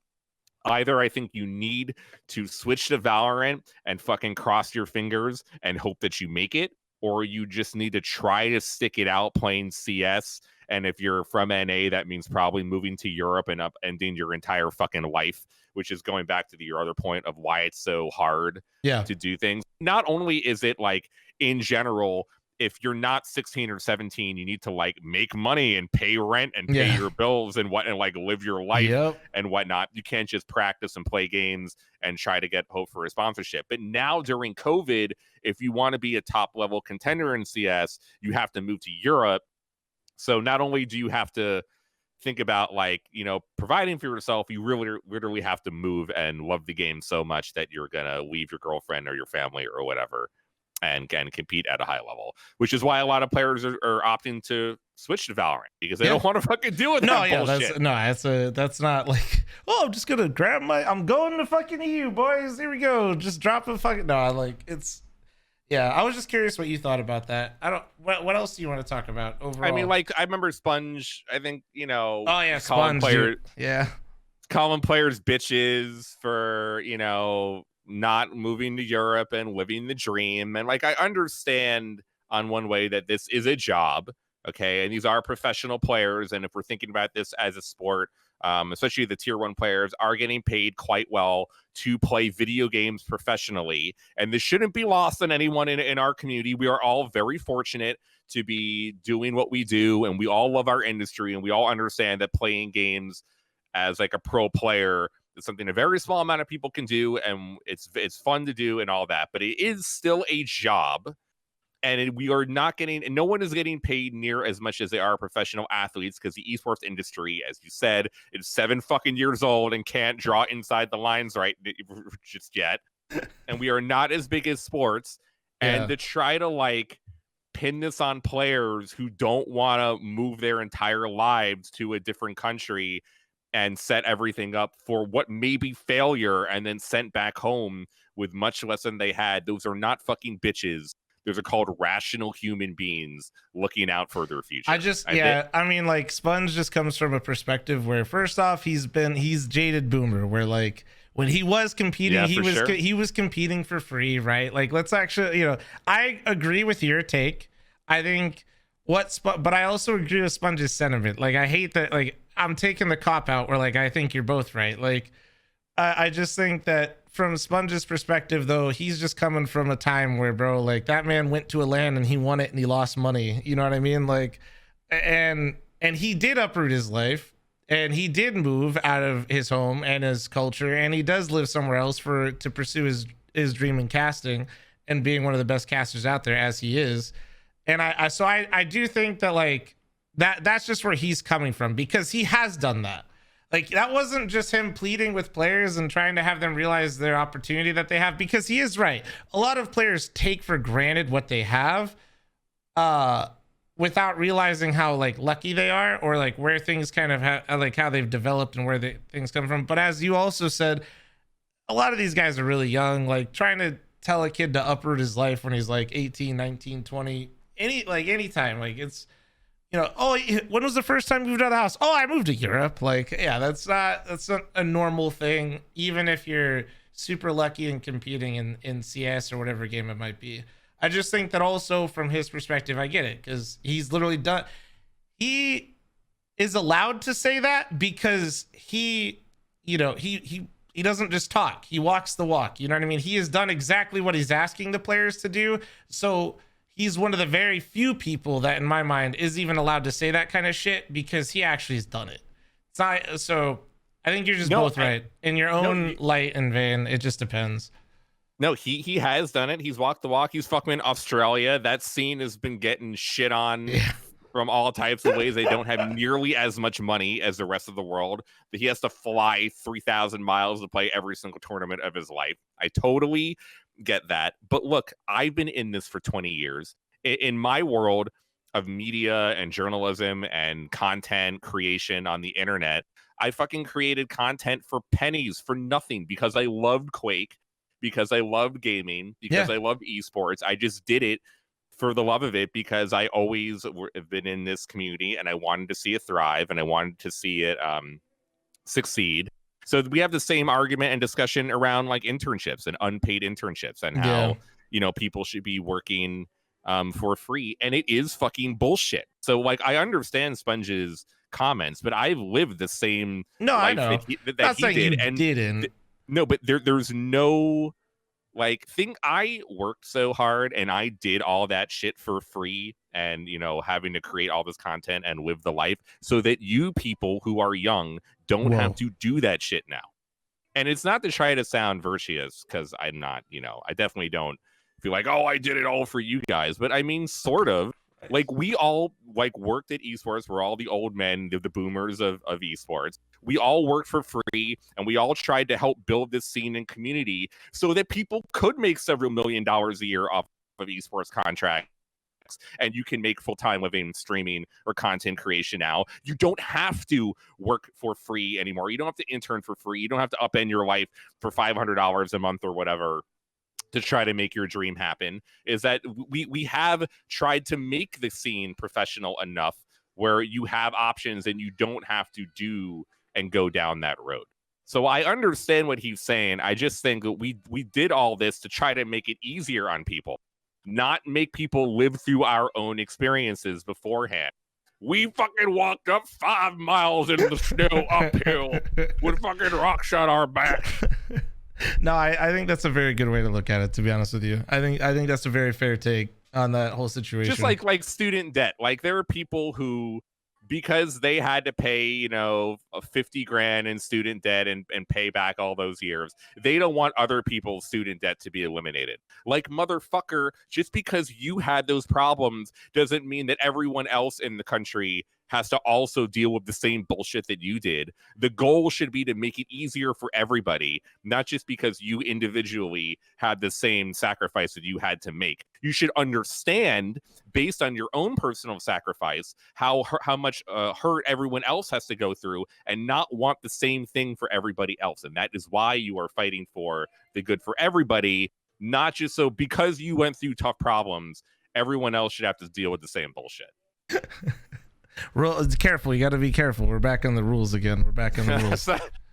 You know, skirting the line. All right, that's okay. It's totally okay. I'll let it slide. We'll let it slide. It's fine. I know I know when we talk, there's gonna be a few. It's okay. You've been very reasonable today. It's fine. I'll let you shoot your shot. Fuck. So who do you think is gonna actually be the two teams that represent NA in the tournament at the LAN? The two teams that represent NA.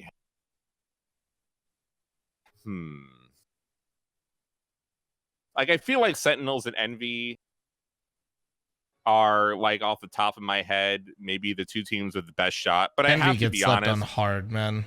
For like, sure. the whole scene feels like any of the top 8 teams can beat each other.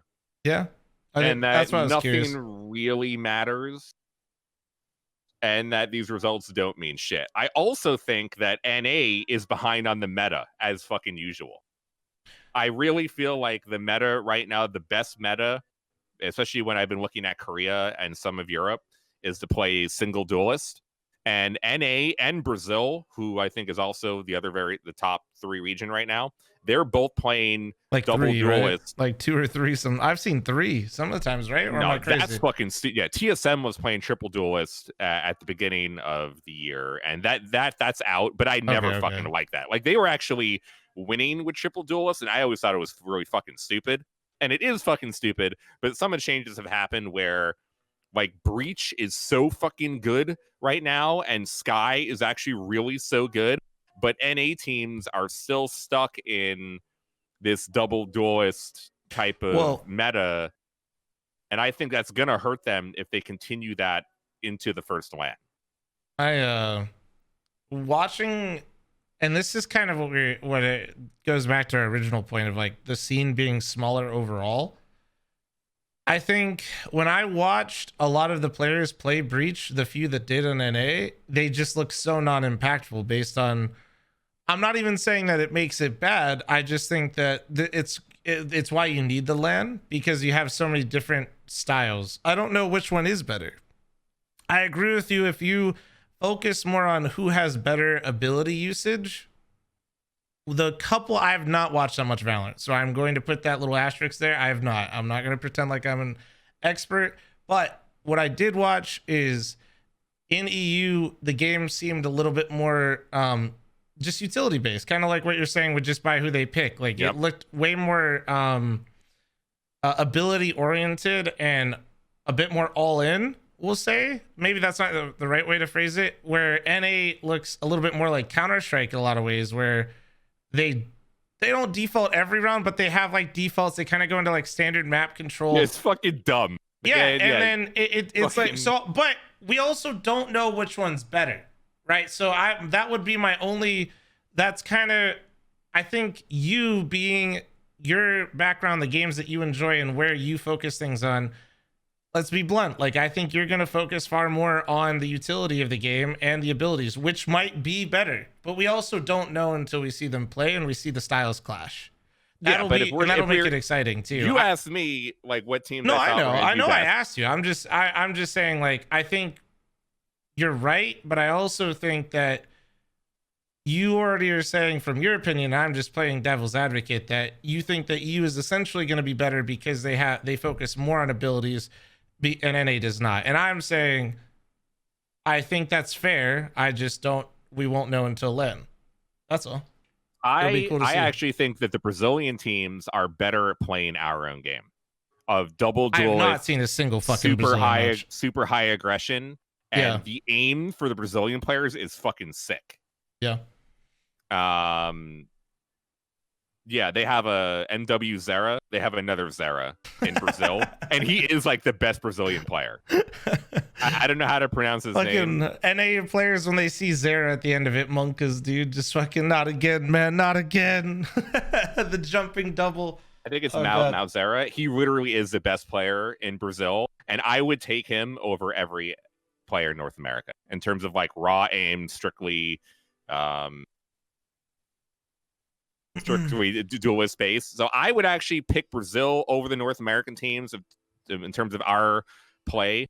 But I just think with, like, the recent changes to Breach, and Sage got a little bit of a buff again, and with the map pool of Icebox and Split and kind of facilitating Sage and Sky and those maps, and just how good Breach is. Like the Breach Jet combo is so fucking good. I really feel like any team that isn't utilizing it is behind. 100 Thieves is now only playing single duelist, and so is T1. And although T1 didn't play really well, and we could talk of all the reasons about that, I do think like they still have some of the best like minds of the game in terms of how you think about it, and that them going single duelist is definitely, I think, a good indication for NA, especially when having 100 Thieves playing that style. So I think that NA and BR is actually behind, but out of the two regions, Brazil does this style better than we do. So I think there's a realistic possibility NA just fucking gets shit on in the fucking finals. I hope you're wrong. I don't know. I've been trying to make more of a conscious effort to watch more and play more. I'm trying to play more again and just try to see how it feels. So that way when we talk, I'm not so like reliant and we can actually have a bit more discussion instead of just you mostly telling me how things are and me trying to like use just like my actual overall knowledge to try to pick out things to discuss in it. But I mean, it's really tough. Like there's no clear like top team in NA because we don't have any LANs. Everything is online. All the top NA teams seem to beat each other every tournament anyway. Yeah, there's not really a clear best team. And then you have teams like XSET, who out of fucking nowhere, the entire org is new in the last like 6 months or so. They qualified in the very first qualifier before all of the quote unquote big orgs did. So like it could be really anything could happen, I would say, at Masters. It wouldn't surprise me to see almost any of the top 8 teams move over there. I will say I do think while the impact isn't as high as it is in Overwatch, what I really noticed would happen in Overwatch, and it's somewhat happened in Valorant, if you mained a character from the very beginning that was trash, okay? At the very beginning of Valorant, Jett was considered trash because no one fully understood that the dash, or some people didn't fully understand that the dash was a get out of jail free card. And then if you have a fucking op, you could pretty much do whatever you wanted around the map. Nope, I'm saying it. I got flamed by Hiko the entire beta we played together because I told him Jett was good. Yeah, everyone thought Jett was fucking garbage. Everyone thought Jett was garbage. No one fucking played Jett at all at the very beginning, as you remember, right? Hiko fucking flamed you. Everyone was flaming everybody. Me every game while I was popping the fuck off, making hella space, and it was fun as shit. And also, I still believe this. I'm pretty sure Jett or any character in midair in Valorant, I don't think they have very good hitboxes. Like shooting somebody in the air in Valorant every time I've played feels awful. I don't know what it is. I don't know if it's like a netcode thing, but like shooting things that are like not on the ground moving slowly just feels disgusting. I don't know if it's like maybe like lack of tagging or what, but anytime somebody like has high mobility and like a Jett fucking dash like jumps up into the air or some shit, it's fucking hard to hit them, not just from the surprise factor, but even if you're ready for it, it feels a little off. I don't know what it is. I haven't played. But even when I did just play like 2 days or like a week ago, I think there were a couple of Jetts where like they just shoot right up into the air. I'm like, I feel like I'm right on them, and it's like not even like maybe one hit. Like we're not saying like I just whiffed or something. Like I'm just like on them, and it's just like what the fuck just happened? There's no tagging in there. I think the lack of tagging in there, and then also I don't know, it just feels off. But anyway, that's like a whole nother thing. I just wanted to toot my own horn because fuck Hiko. He totally said that I was trash for picking Jett while I was banging out, and Jett is like the staple of any team now. Continue. Yeah. Go ahead. Yes. So, okay, if you played an agent that was considered trash, I would think like Viper is still considered like pretty bad, okay? And the game developer happens to buff the shit out of that character. Yeah. And it becomes a really good character. Omen. Yeah, or Omen, or even now Breach, I would say. Breach was never really that good, but now he's fucking god tier, I think. And you were maining Breach the whole time. Your team is now godlike. Your team wasn't godlike before, but because you played an agent that was trash, that is now meta, your team automatically is probably going to win. And that happened so many times in early Overwatch days. that you would have like a bunch of like hit scan players and it was a hit scan meta, and you would see that team fucking roll over everybody.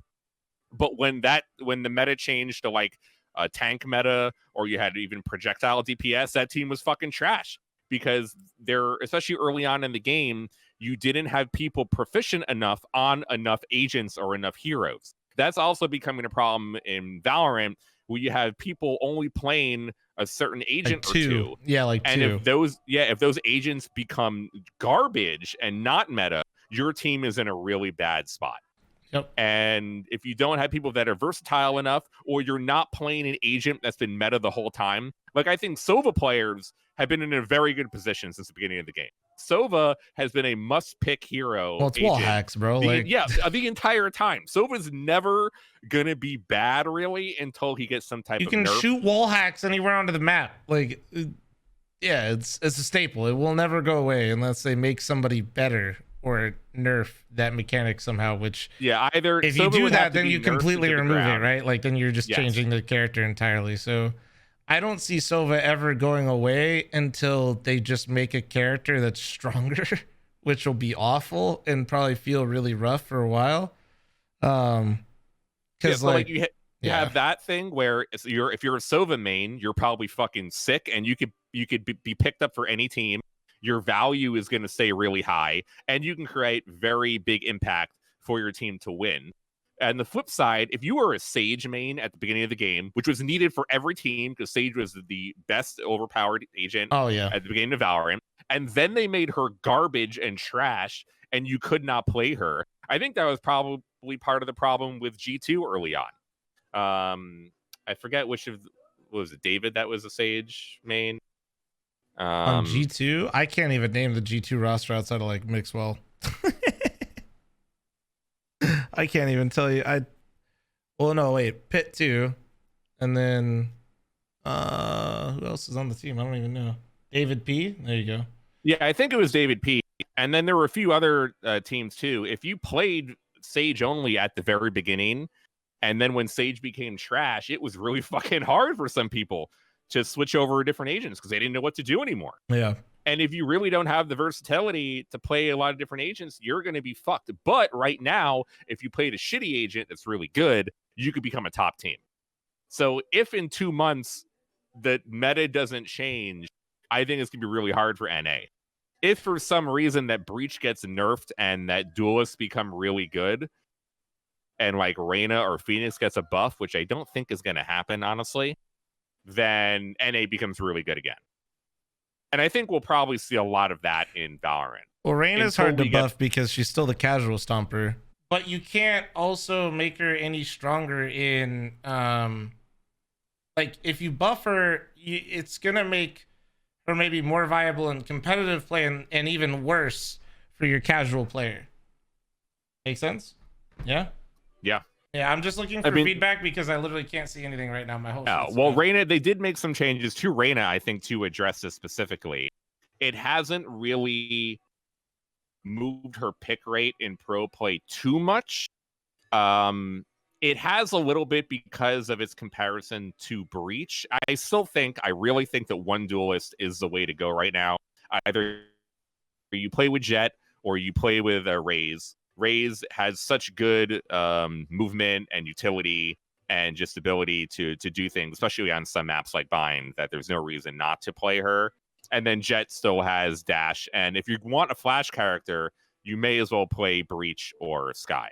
And that, to me, is why you only play single duelist. There's no reason to have Phoenix or Reyna right now. But there are a lot of teams in NA and Brazil that prefer playing with Phoenix or Reyna. I personally believe because they've been playing with them the whole time. It's not because Breach isn't a better pick right now. It's just because those players do not play Breach. And they do not have the experience playing Breach or Skye. So the more comfortable pick is Reyna or Phoenix. It's not even necessarily that's bad either. If you are experienced on an agent and you have so many hours and you're so comfortable playing that agent, even if it is a little bit worse objectively in the meta, at least that I feel so, it does not mean that you should switch over just to play what is technically considered the best possible team comp. I don't think we're in there yet. I actually don't even like that either. I think teams fuck themselves too. Like we've seen it in Overwatch also, where a team will not play to their strengths and they will switch to what is considered the best meta for each of the maps. And they won't play that well because they're trying to adapt to something that they're behind on, or they don't have as much experience in, or they don't even like playing as well, rather than just playing their own game. I do think that at Valorant's actually in a reasonably good spot right now. Because in terms of like balance of what you can pick on each of the maps. Although that I think that single duelist is the best meta right now. I've had enough arguments and discussions with North American players and South American, Brazilian like casters that believe like the two duelists is good. And even in the one duelist like considered approach, there's a lot of differences between some people have Jet, some people have Raze, some people have Sky on some maps, some people have Breach on all maps. Europe likes to play Sage still on a lot of maps, not even just Split and Icebox. Some people are playing Sage over there on Bind in Europe too, where I think there really is a good amount of diversity. Even in NA, between the two duelists, sometimes you see Jet and Phoenix, sometimes you see Jet and Reyna. So there really is like a lot of parity in Valorant right now, where you're not going to see a lot of mirror matchups. In Overwatch, that has always been the biggest problem throughout Overwatch's competitive history, because this game, although there's so many heroes and you can switch heroes at any time, people really did figure out the best combination. And although some teams had their own identity and their own style, if you weren't playing generally a mirror matchup with maybe one or two heroes being different, you were probably going to lose. And that can kind of happen now. Like, you really need Omen on every map, and you really need Sova on every map except for Split. And then you pretty much need Cypher on Killjoy on every map. So there is some limitation currently to Valorant, where you really need those three heroes. Though I do think that Astra's really fucking sick. It's really hard to play. She'll be really her. cool to see. She is really fucking good. She will take over for Omen, I believe, eventually. Because Brim is just so goddamn bad. There's no point of playing him. So it's now just, you only have two smoke characters. And to not have a Cypher, like I saw FaZe play. Somehow FaZe fucking just won the last qualifier, and they don't play with Cypher or Killjoy on half the maps. And to me, that is fucking crazy. To me, that's fucking crazy to not play with a Sentinel. Well, it's still so new, right? Like, at the end of the day, Valorant is still so new that there is not necessarily one set way to do anything still, which is cool to see. That's like when it's most fun for the game. Yeah, that is really good for the game, but you're still thinking about it like in a competitive standpoint. We talk all about how, like, in a game of imperfect information like a Counter-Strike or Valorant, having a fucking character that has a camera to see down an entire site, or have a fucking robot that can shoot at someone to let you know if someone's coming into a site, seems so valuable on surface level. For that is why they are picked for 95% of teams, and that almost every team is going to have a Cypher or a Killjoy, because it doesn't make sense even in your head to not have it. Like, I don't like the FaZe style. I think that is bad. I don't know how they're winning. I think it's fucking stupid if you lose to it. I do not like that approach, but you can run it and succeed in it, unlike in Overwatch, where if you didn't have certain heroes, you literally had like 0% chance of winning. You can at least win without Cypher or Killjoy here in Valorant, because you can have things like aim overtake you. So that part is cool. But the meta is still going to become more defined as we include more agents. And Riot's going to have to be aware of that, those problems. Like, as to your previous point, yeah, like in Counter-Strike, there are other things that you're thinking about when you're bitching about the game. Usually it's gun balance.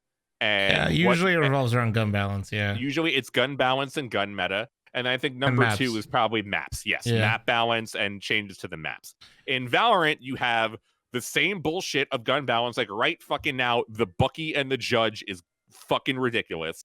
Riot has to do some shit. I am dying halfway across the fucking map to a Bucky headshot, one shot. Okay? That needs to go. That shit needs to fucking go. Jumping right click pistol classic is bullshit still. They may have changed it a little bit, but I'm still dying to people jumping around a corner, hitting me in the fucking head into one right click to a classic. That shit is unbelievably ridiculous. And then you have things like the Odin, where I'm getting spammed for 30 seconds through a wall with a fucking Sova arrow showing me where I am. And then by the time that I can finally push aside, he has another fucking dart, and then I'm getting spammed through a wall on fucking MP again. Okay, I can't even grab the fucking orb without getting spammed by a fucking Odin. Okay, and I've had to watch the Nacha play enough times to know that shit is stupid. Okay. He's the only one abusing it seems like, because all the other players don't want to be like Steel does it. Steel does it too. I see Steel rocking out. Yes, Steel and Sinatra are the only two smart people in the game. Need to abuse that shit more. So you have all that stuff. You have the map problem. Valorant has a lot of map problems. And oh my god, dude! Tiny. They're not super fun to play. Icebox somehow has become one of the best maps to play on a pro level, but the map still feels really kind of shit on a general, regular, competitive. Angry boomer take. The maps of Valorant are still awful. Like, there's a lot of good things about the game, but I am sorry. The maps are still so rough. Like, and I get frustrated as a person that kind of wants to enjoy the game more. Like, I hate that I'm like, I feel like I'm like trying to make an effort as the angry boomer. The maps are trash, man. Like, overall, like, there's some that are better than others that I don't mind playing, but fuck, the fact that they're not like, it doesn't, I can't tell if like Riot thinks that they're like done with the current maps that they have or what, but they still feel rough. Like, when as somebody that hops in, maybe that's just the angry boomer in me, I'll admit, like, that's fine, but the maps still feel really rough. And I hate the idea that they roll out another agent, although Astra seems fucking cool as shit. All right, like, I'm not, that is, they got everything they wanted. They got a controller, they got flash for the spectator. Like, that character is very, very like appeasing in many ways. But overall, I don't like the idea that they continue to pump out characters when I feel like there is such a giant flaw in the game right now, that is the maps. They don't feel like, they don't pace well, in my opinion. The times that I've watched it, it's like almost there. Like, all the maps feel like they're at like 90%. And I will admit, I don't have the perfect solution to the maps, but it feels like just like a couple tweaks to each map, literally every single one of them, would make them much more appealing for viewers. I really like Counter-Strike is king of this, and I don't know how you'd fix it in Valorant, but the fact that you have like the fact that you always have like the same spawns in Valorant, essentially, yep, or like that there aren't spawns, it can really throw off the pacing. Like, there isn't like a natural buildup all the time. And I think like maybe creating avenues in the maps where, like, you probably can't do it now in the current maps. Like, I just think they need to cut down on some of like the 50-50 angles, it feels like, or like just some of the angles still feel really rough. But like in new maps, I would love to see them maybe make the maps just like a touch, I don't know if larger is the right word, but I want more of a pacing. It feels like right now in Valorant, there's rounds that play really slow, like super slow, but because everybody isn't making a move. And then there's rounds where it feels like the round's over in like in a blink of an eye, and I don't even know what happened. And I think that's on the maps. I also think there's a lot still to be improved upon for the observing. That'll come with time. I'm not gonna really like, I think everybody understands that observer tools and functions and functionality and watching the game is gonna take time. That's not something really to like make a point of. But I do think that the maps right now, from a spectator standpoint, don't always create that. And I feel like that's what's so good about CS, and Valorant could do it too. I don't think there's anything stopping Valorant from doing it in the future. It just, I would love more of like a generic pace to the game, instead of like some rounds feeling like I'm about to fall asleep in my chair, and then other rounds I don't know what happened and 5 people are dead and the observer couldn't even catch any of it because it happened so quick, you know? I don't know. Going to your point about the maps, I actually, like, in terms of the spawn system specifically, it is a new mechanic that Riot has brought into Valorant. In a lot of ways, it is better for the casual player to have like in Counter-Strike, the pre-round time, you have 20 seconds to buy and then you leave spawn. Yeah. In Valorant, you have more time to set up to where you want to while in buy time, and then be able to like group up and to like figure out what you want to do. And for the casual player, the everyday rank player, that is a much better approach to the game. It's way easier to be able to move to a certain portion of the site to group up than it is to from spawn then go to where your position is and play where you're supposed to. At least, especially for things like defense, where it's way easier to set up into your site than it is to have to go to the site from spawn. So on a casual level, this new and the whole way this all works is that there are invisible walls placed at the actual spawn where you can go. So for casuals, it's way better. But I do think this entire concept fucks up the pacing in a professional aspect, because you do have either players.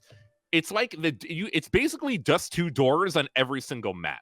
Yeah, kind of. On every single map, you can see your opponent. Somebody in can the die second. like instantly. I don't know how an observer is ever gonna fix that. Like, I mean, yeah, sure, you'll have replays, but like replays are good because like shit does eventually get missed, or like it can add context.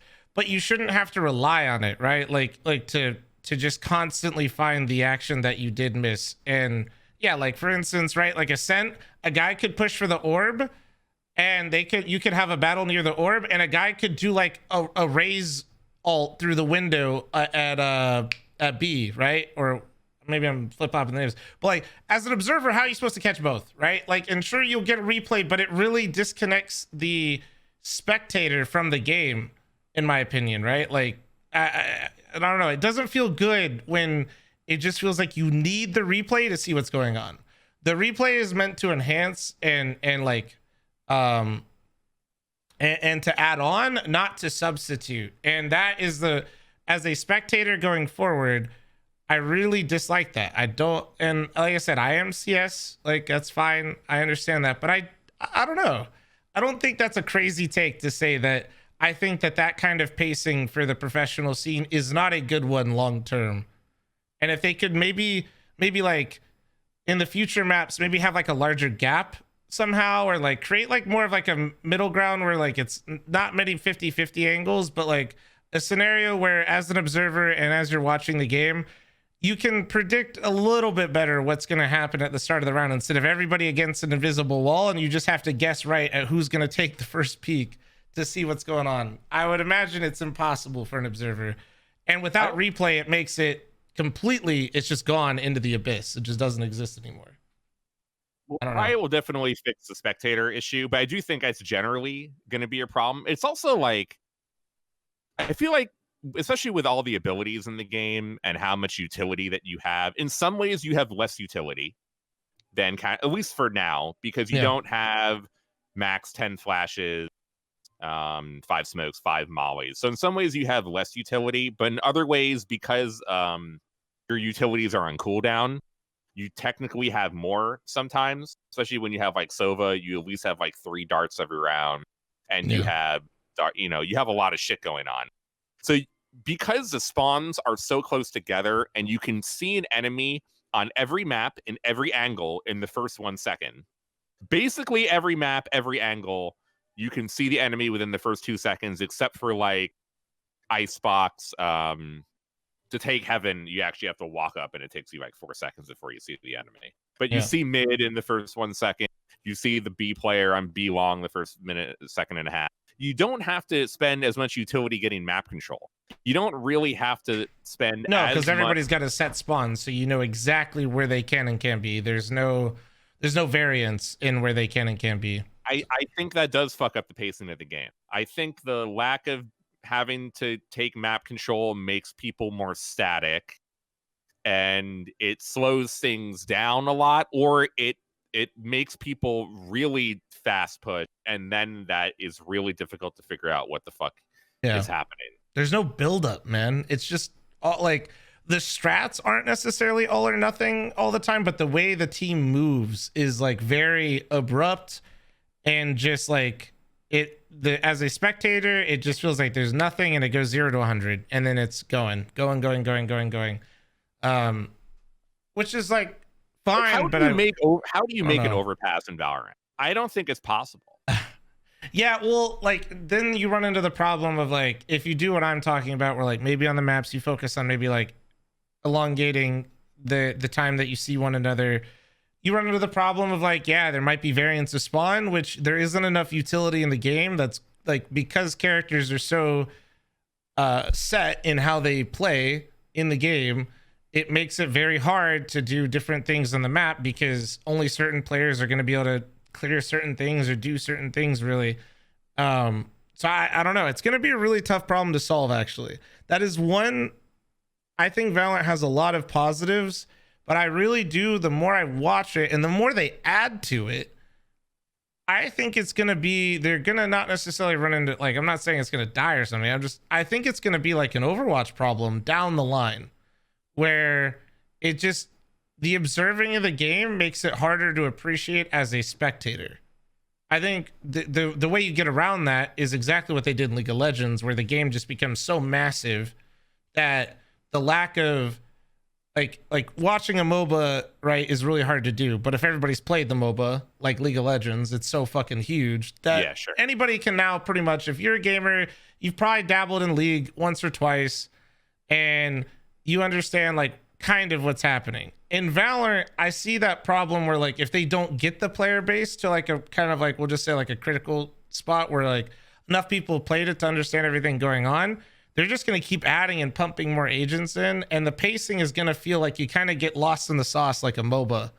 And if you don't have the player base that is like, oh, we've all played this before, that can facilitate and just kind of fill in the gaps on their own, it might not make the greatest viewing experience.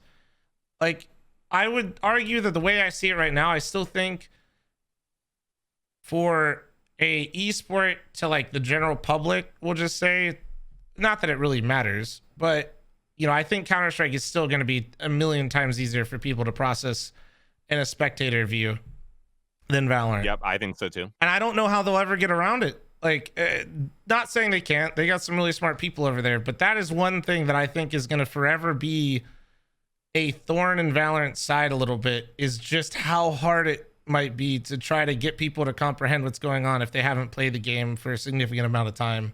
Because if they don't change the pacing, you can't explain what's happening. Like even in Counter-Strike, there are a lot of things that are hard to understand, but the way teams move and kind of progress through the map, get map control, a caster can like keep up and almost inform you and tell you what's going on. When 4 trips go out and an ulti and one guy dashes into sight come out, the caster's just as shocked as the person, like, oh shit, that person died, this person died, this person died. And you're like, all right, so then you need the replay to like kind of like fill in the gaps. And I think that is forever going to be a really large problem watching Valorant. If you enjoy the game of Valorant, you're going to love spectating the game because you understand everything that's happening. But when you start like pumping out like a franchise league and you're going to have a lot more casual viewers, I don't think it's going to like latch on as hard for a lot of people if they don't get everybody playing it like they did kind of with League. If it stays kind of like not taking off, then that'll be a struggle. Like an Execute and Counter-Strike, you know, you have 3-4 smokes, you have a bunch of flashes, you have some mollies. And Execute and Valorant, you have a few smokes and a breach ulti, and then a Phoenix ulti, and then a jet dashes in. Yeah. And there's fucking trips going off, and there's shit flying, there's colors fucking everywhere. Yeah. It is definitely way harder to understand. It has the same Overwatch-like problem of there's too much shit happening on the screen. The only thing is, it might not matter in the end, just because it's still guns and shooting people in the head, and that will always be able to like save it in a lot of 100%. Ways to the general. Sick flicks will still look like sick flicks, and you're still gonna get those hype moments. I just think the strategical aspect of Valorant, I don't know if will ever be fully appreciated from a spectator point of view if you don't play the game at a high level. Like it'll be very hard for the casual player that plays Valorant around like, you know, the lower divisions of Valorant to watch a Valorant game and I'm not saying they won't enjoy it. I'm just saying it'll be really hard for even somebody like that to kind of maybe piece everything together and like appreciate what's happening in a round. Because the casters aren't going to be able to keep up with it. The camera's not going to be able to catch up with it. And if you don't have the knowledge to put the pieces together yourself, it's going to be hard for you to be like, wow, that was really cool at the end of it. It's going to be really hard. In CS, you see like a really cool execute go out. Everything is very straightforward. Fire is fire, smokes are smokes, and a flashbang that goes bang fucking makes you not be able to see shit. Like that is the one thing that Counter-Strike will still just always fucking have.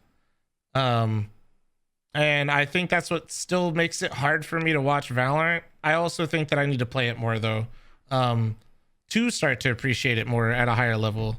Because if you're not playing it, I think you're a bit disconnected and it's hard to casually watch it. If you're not in Valorant right now, this is from my own point of view. I find it because like since I play maybe once like a fucking act for like a day. I find it very hard to just throw on a Valorant competitive tournament and like enjoy it.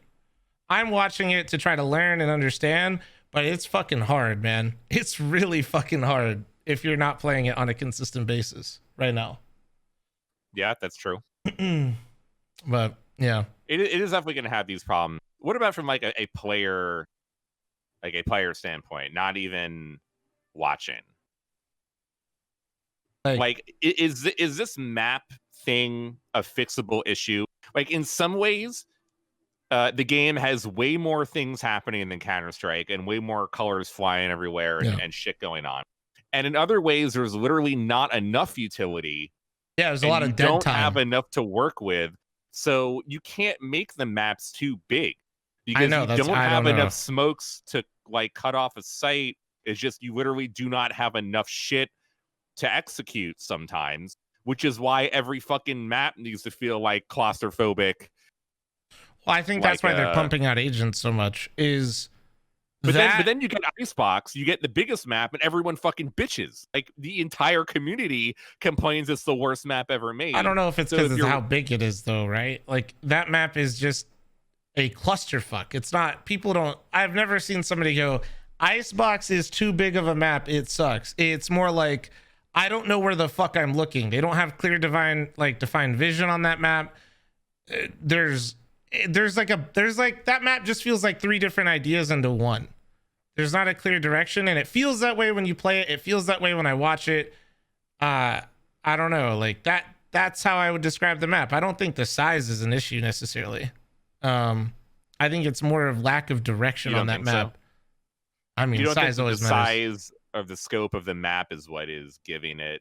I think overall, yes, but I think in that exact scenario that you're describing, I think people right now struggle with Icebox and don't like it. If they do like it, they like it. But if you fall in the camp that I do, where you play that map, I just feel like there's like 70 different ways to play the map, and none of them feel good.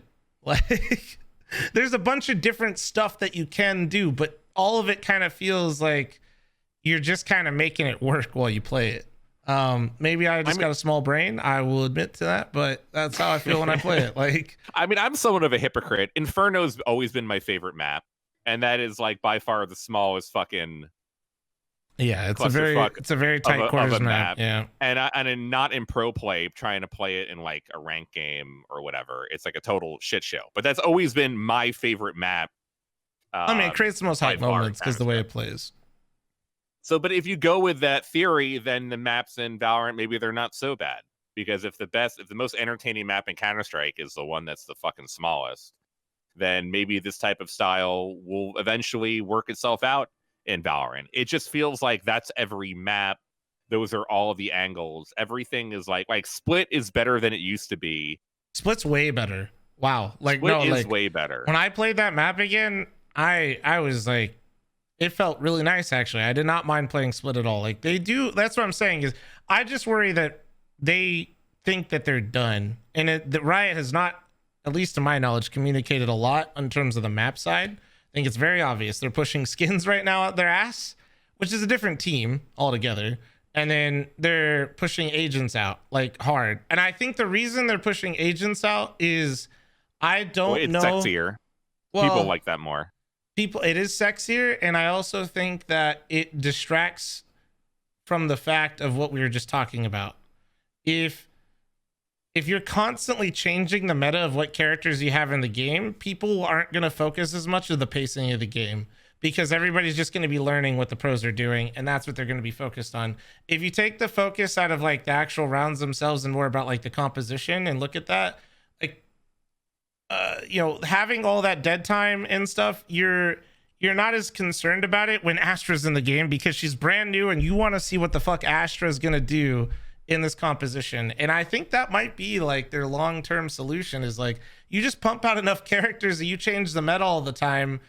That feeling of dead time and the lack of pacing in the game might have the void filled by you wanting to see how the new meta has been established in each and every single tournament.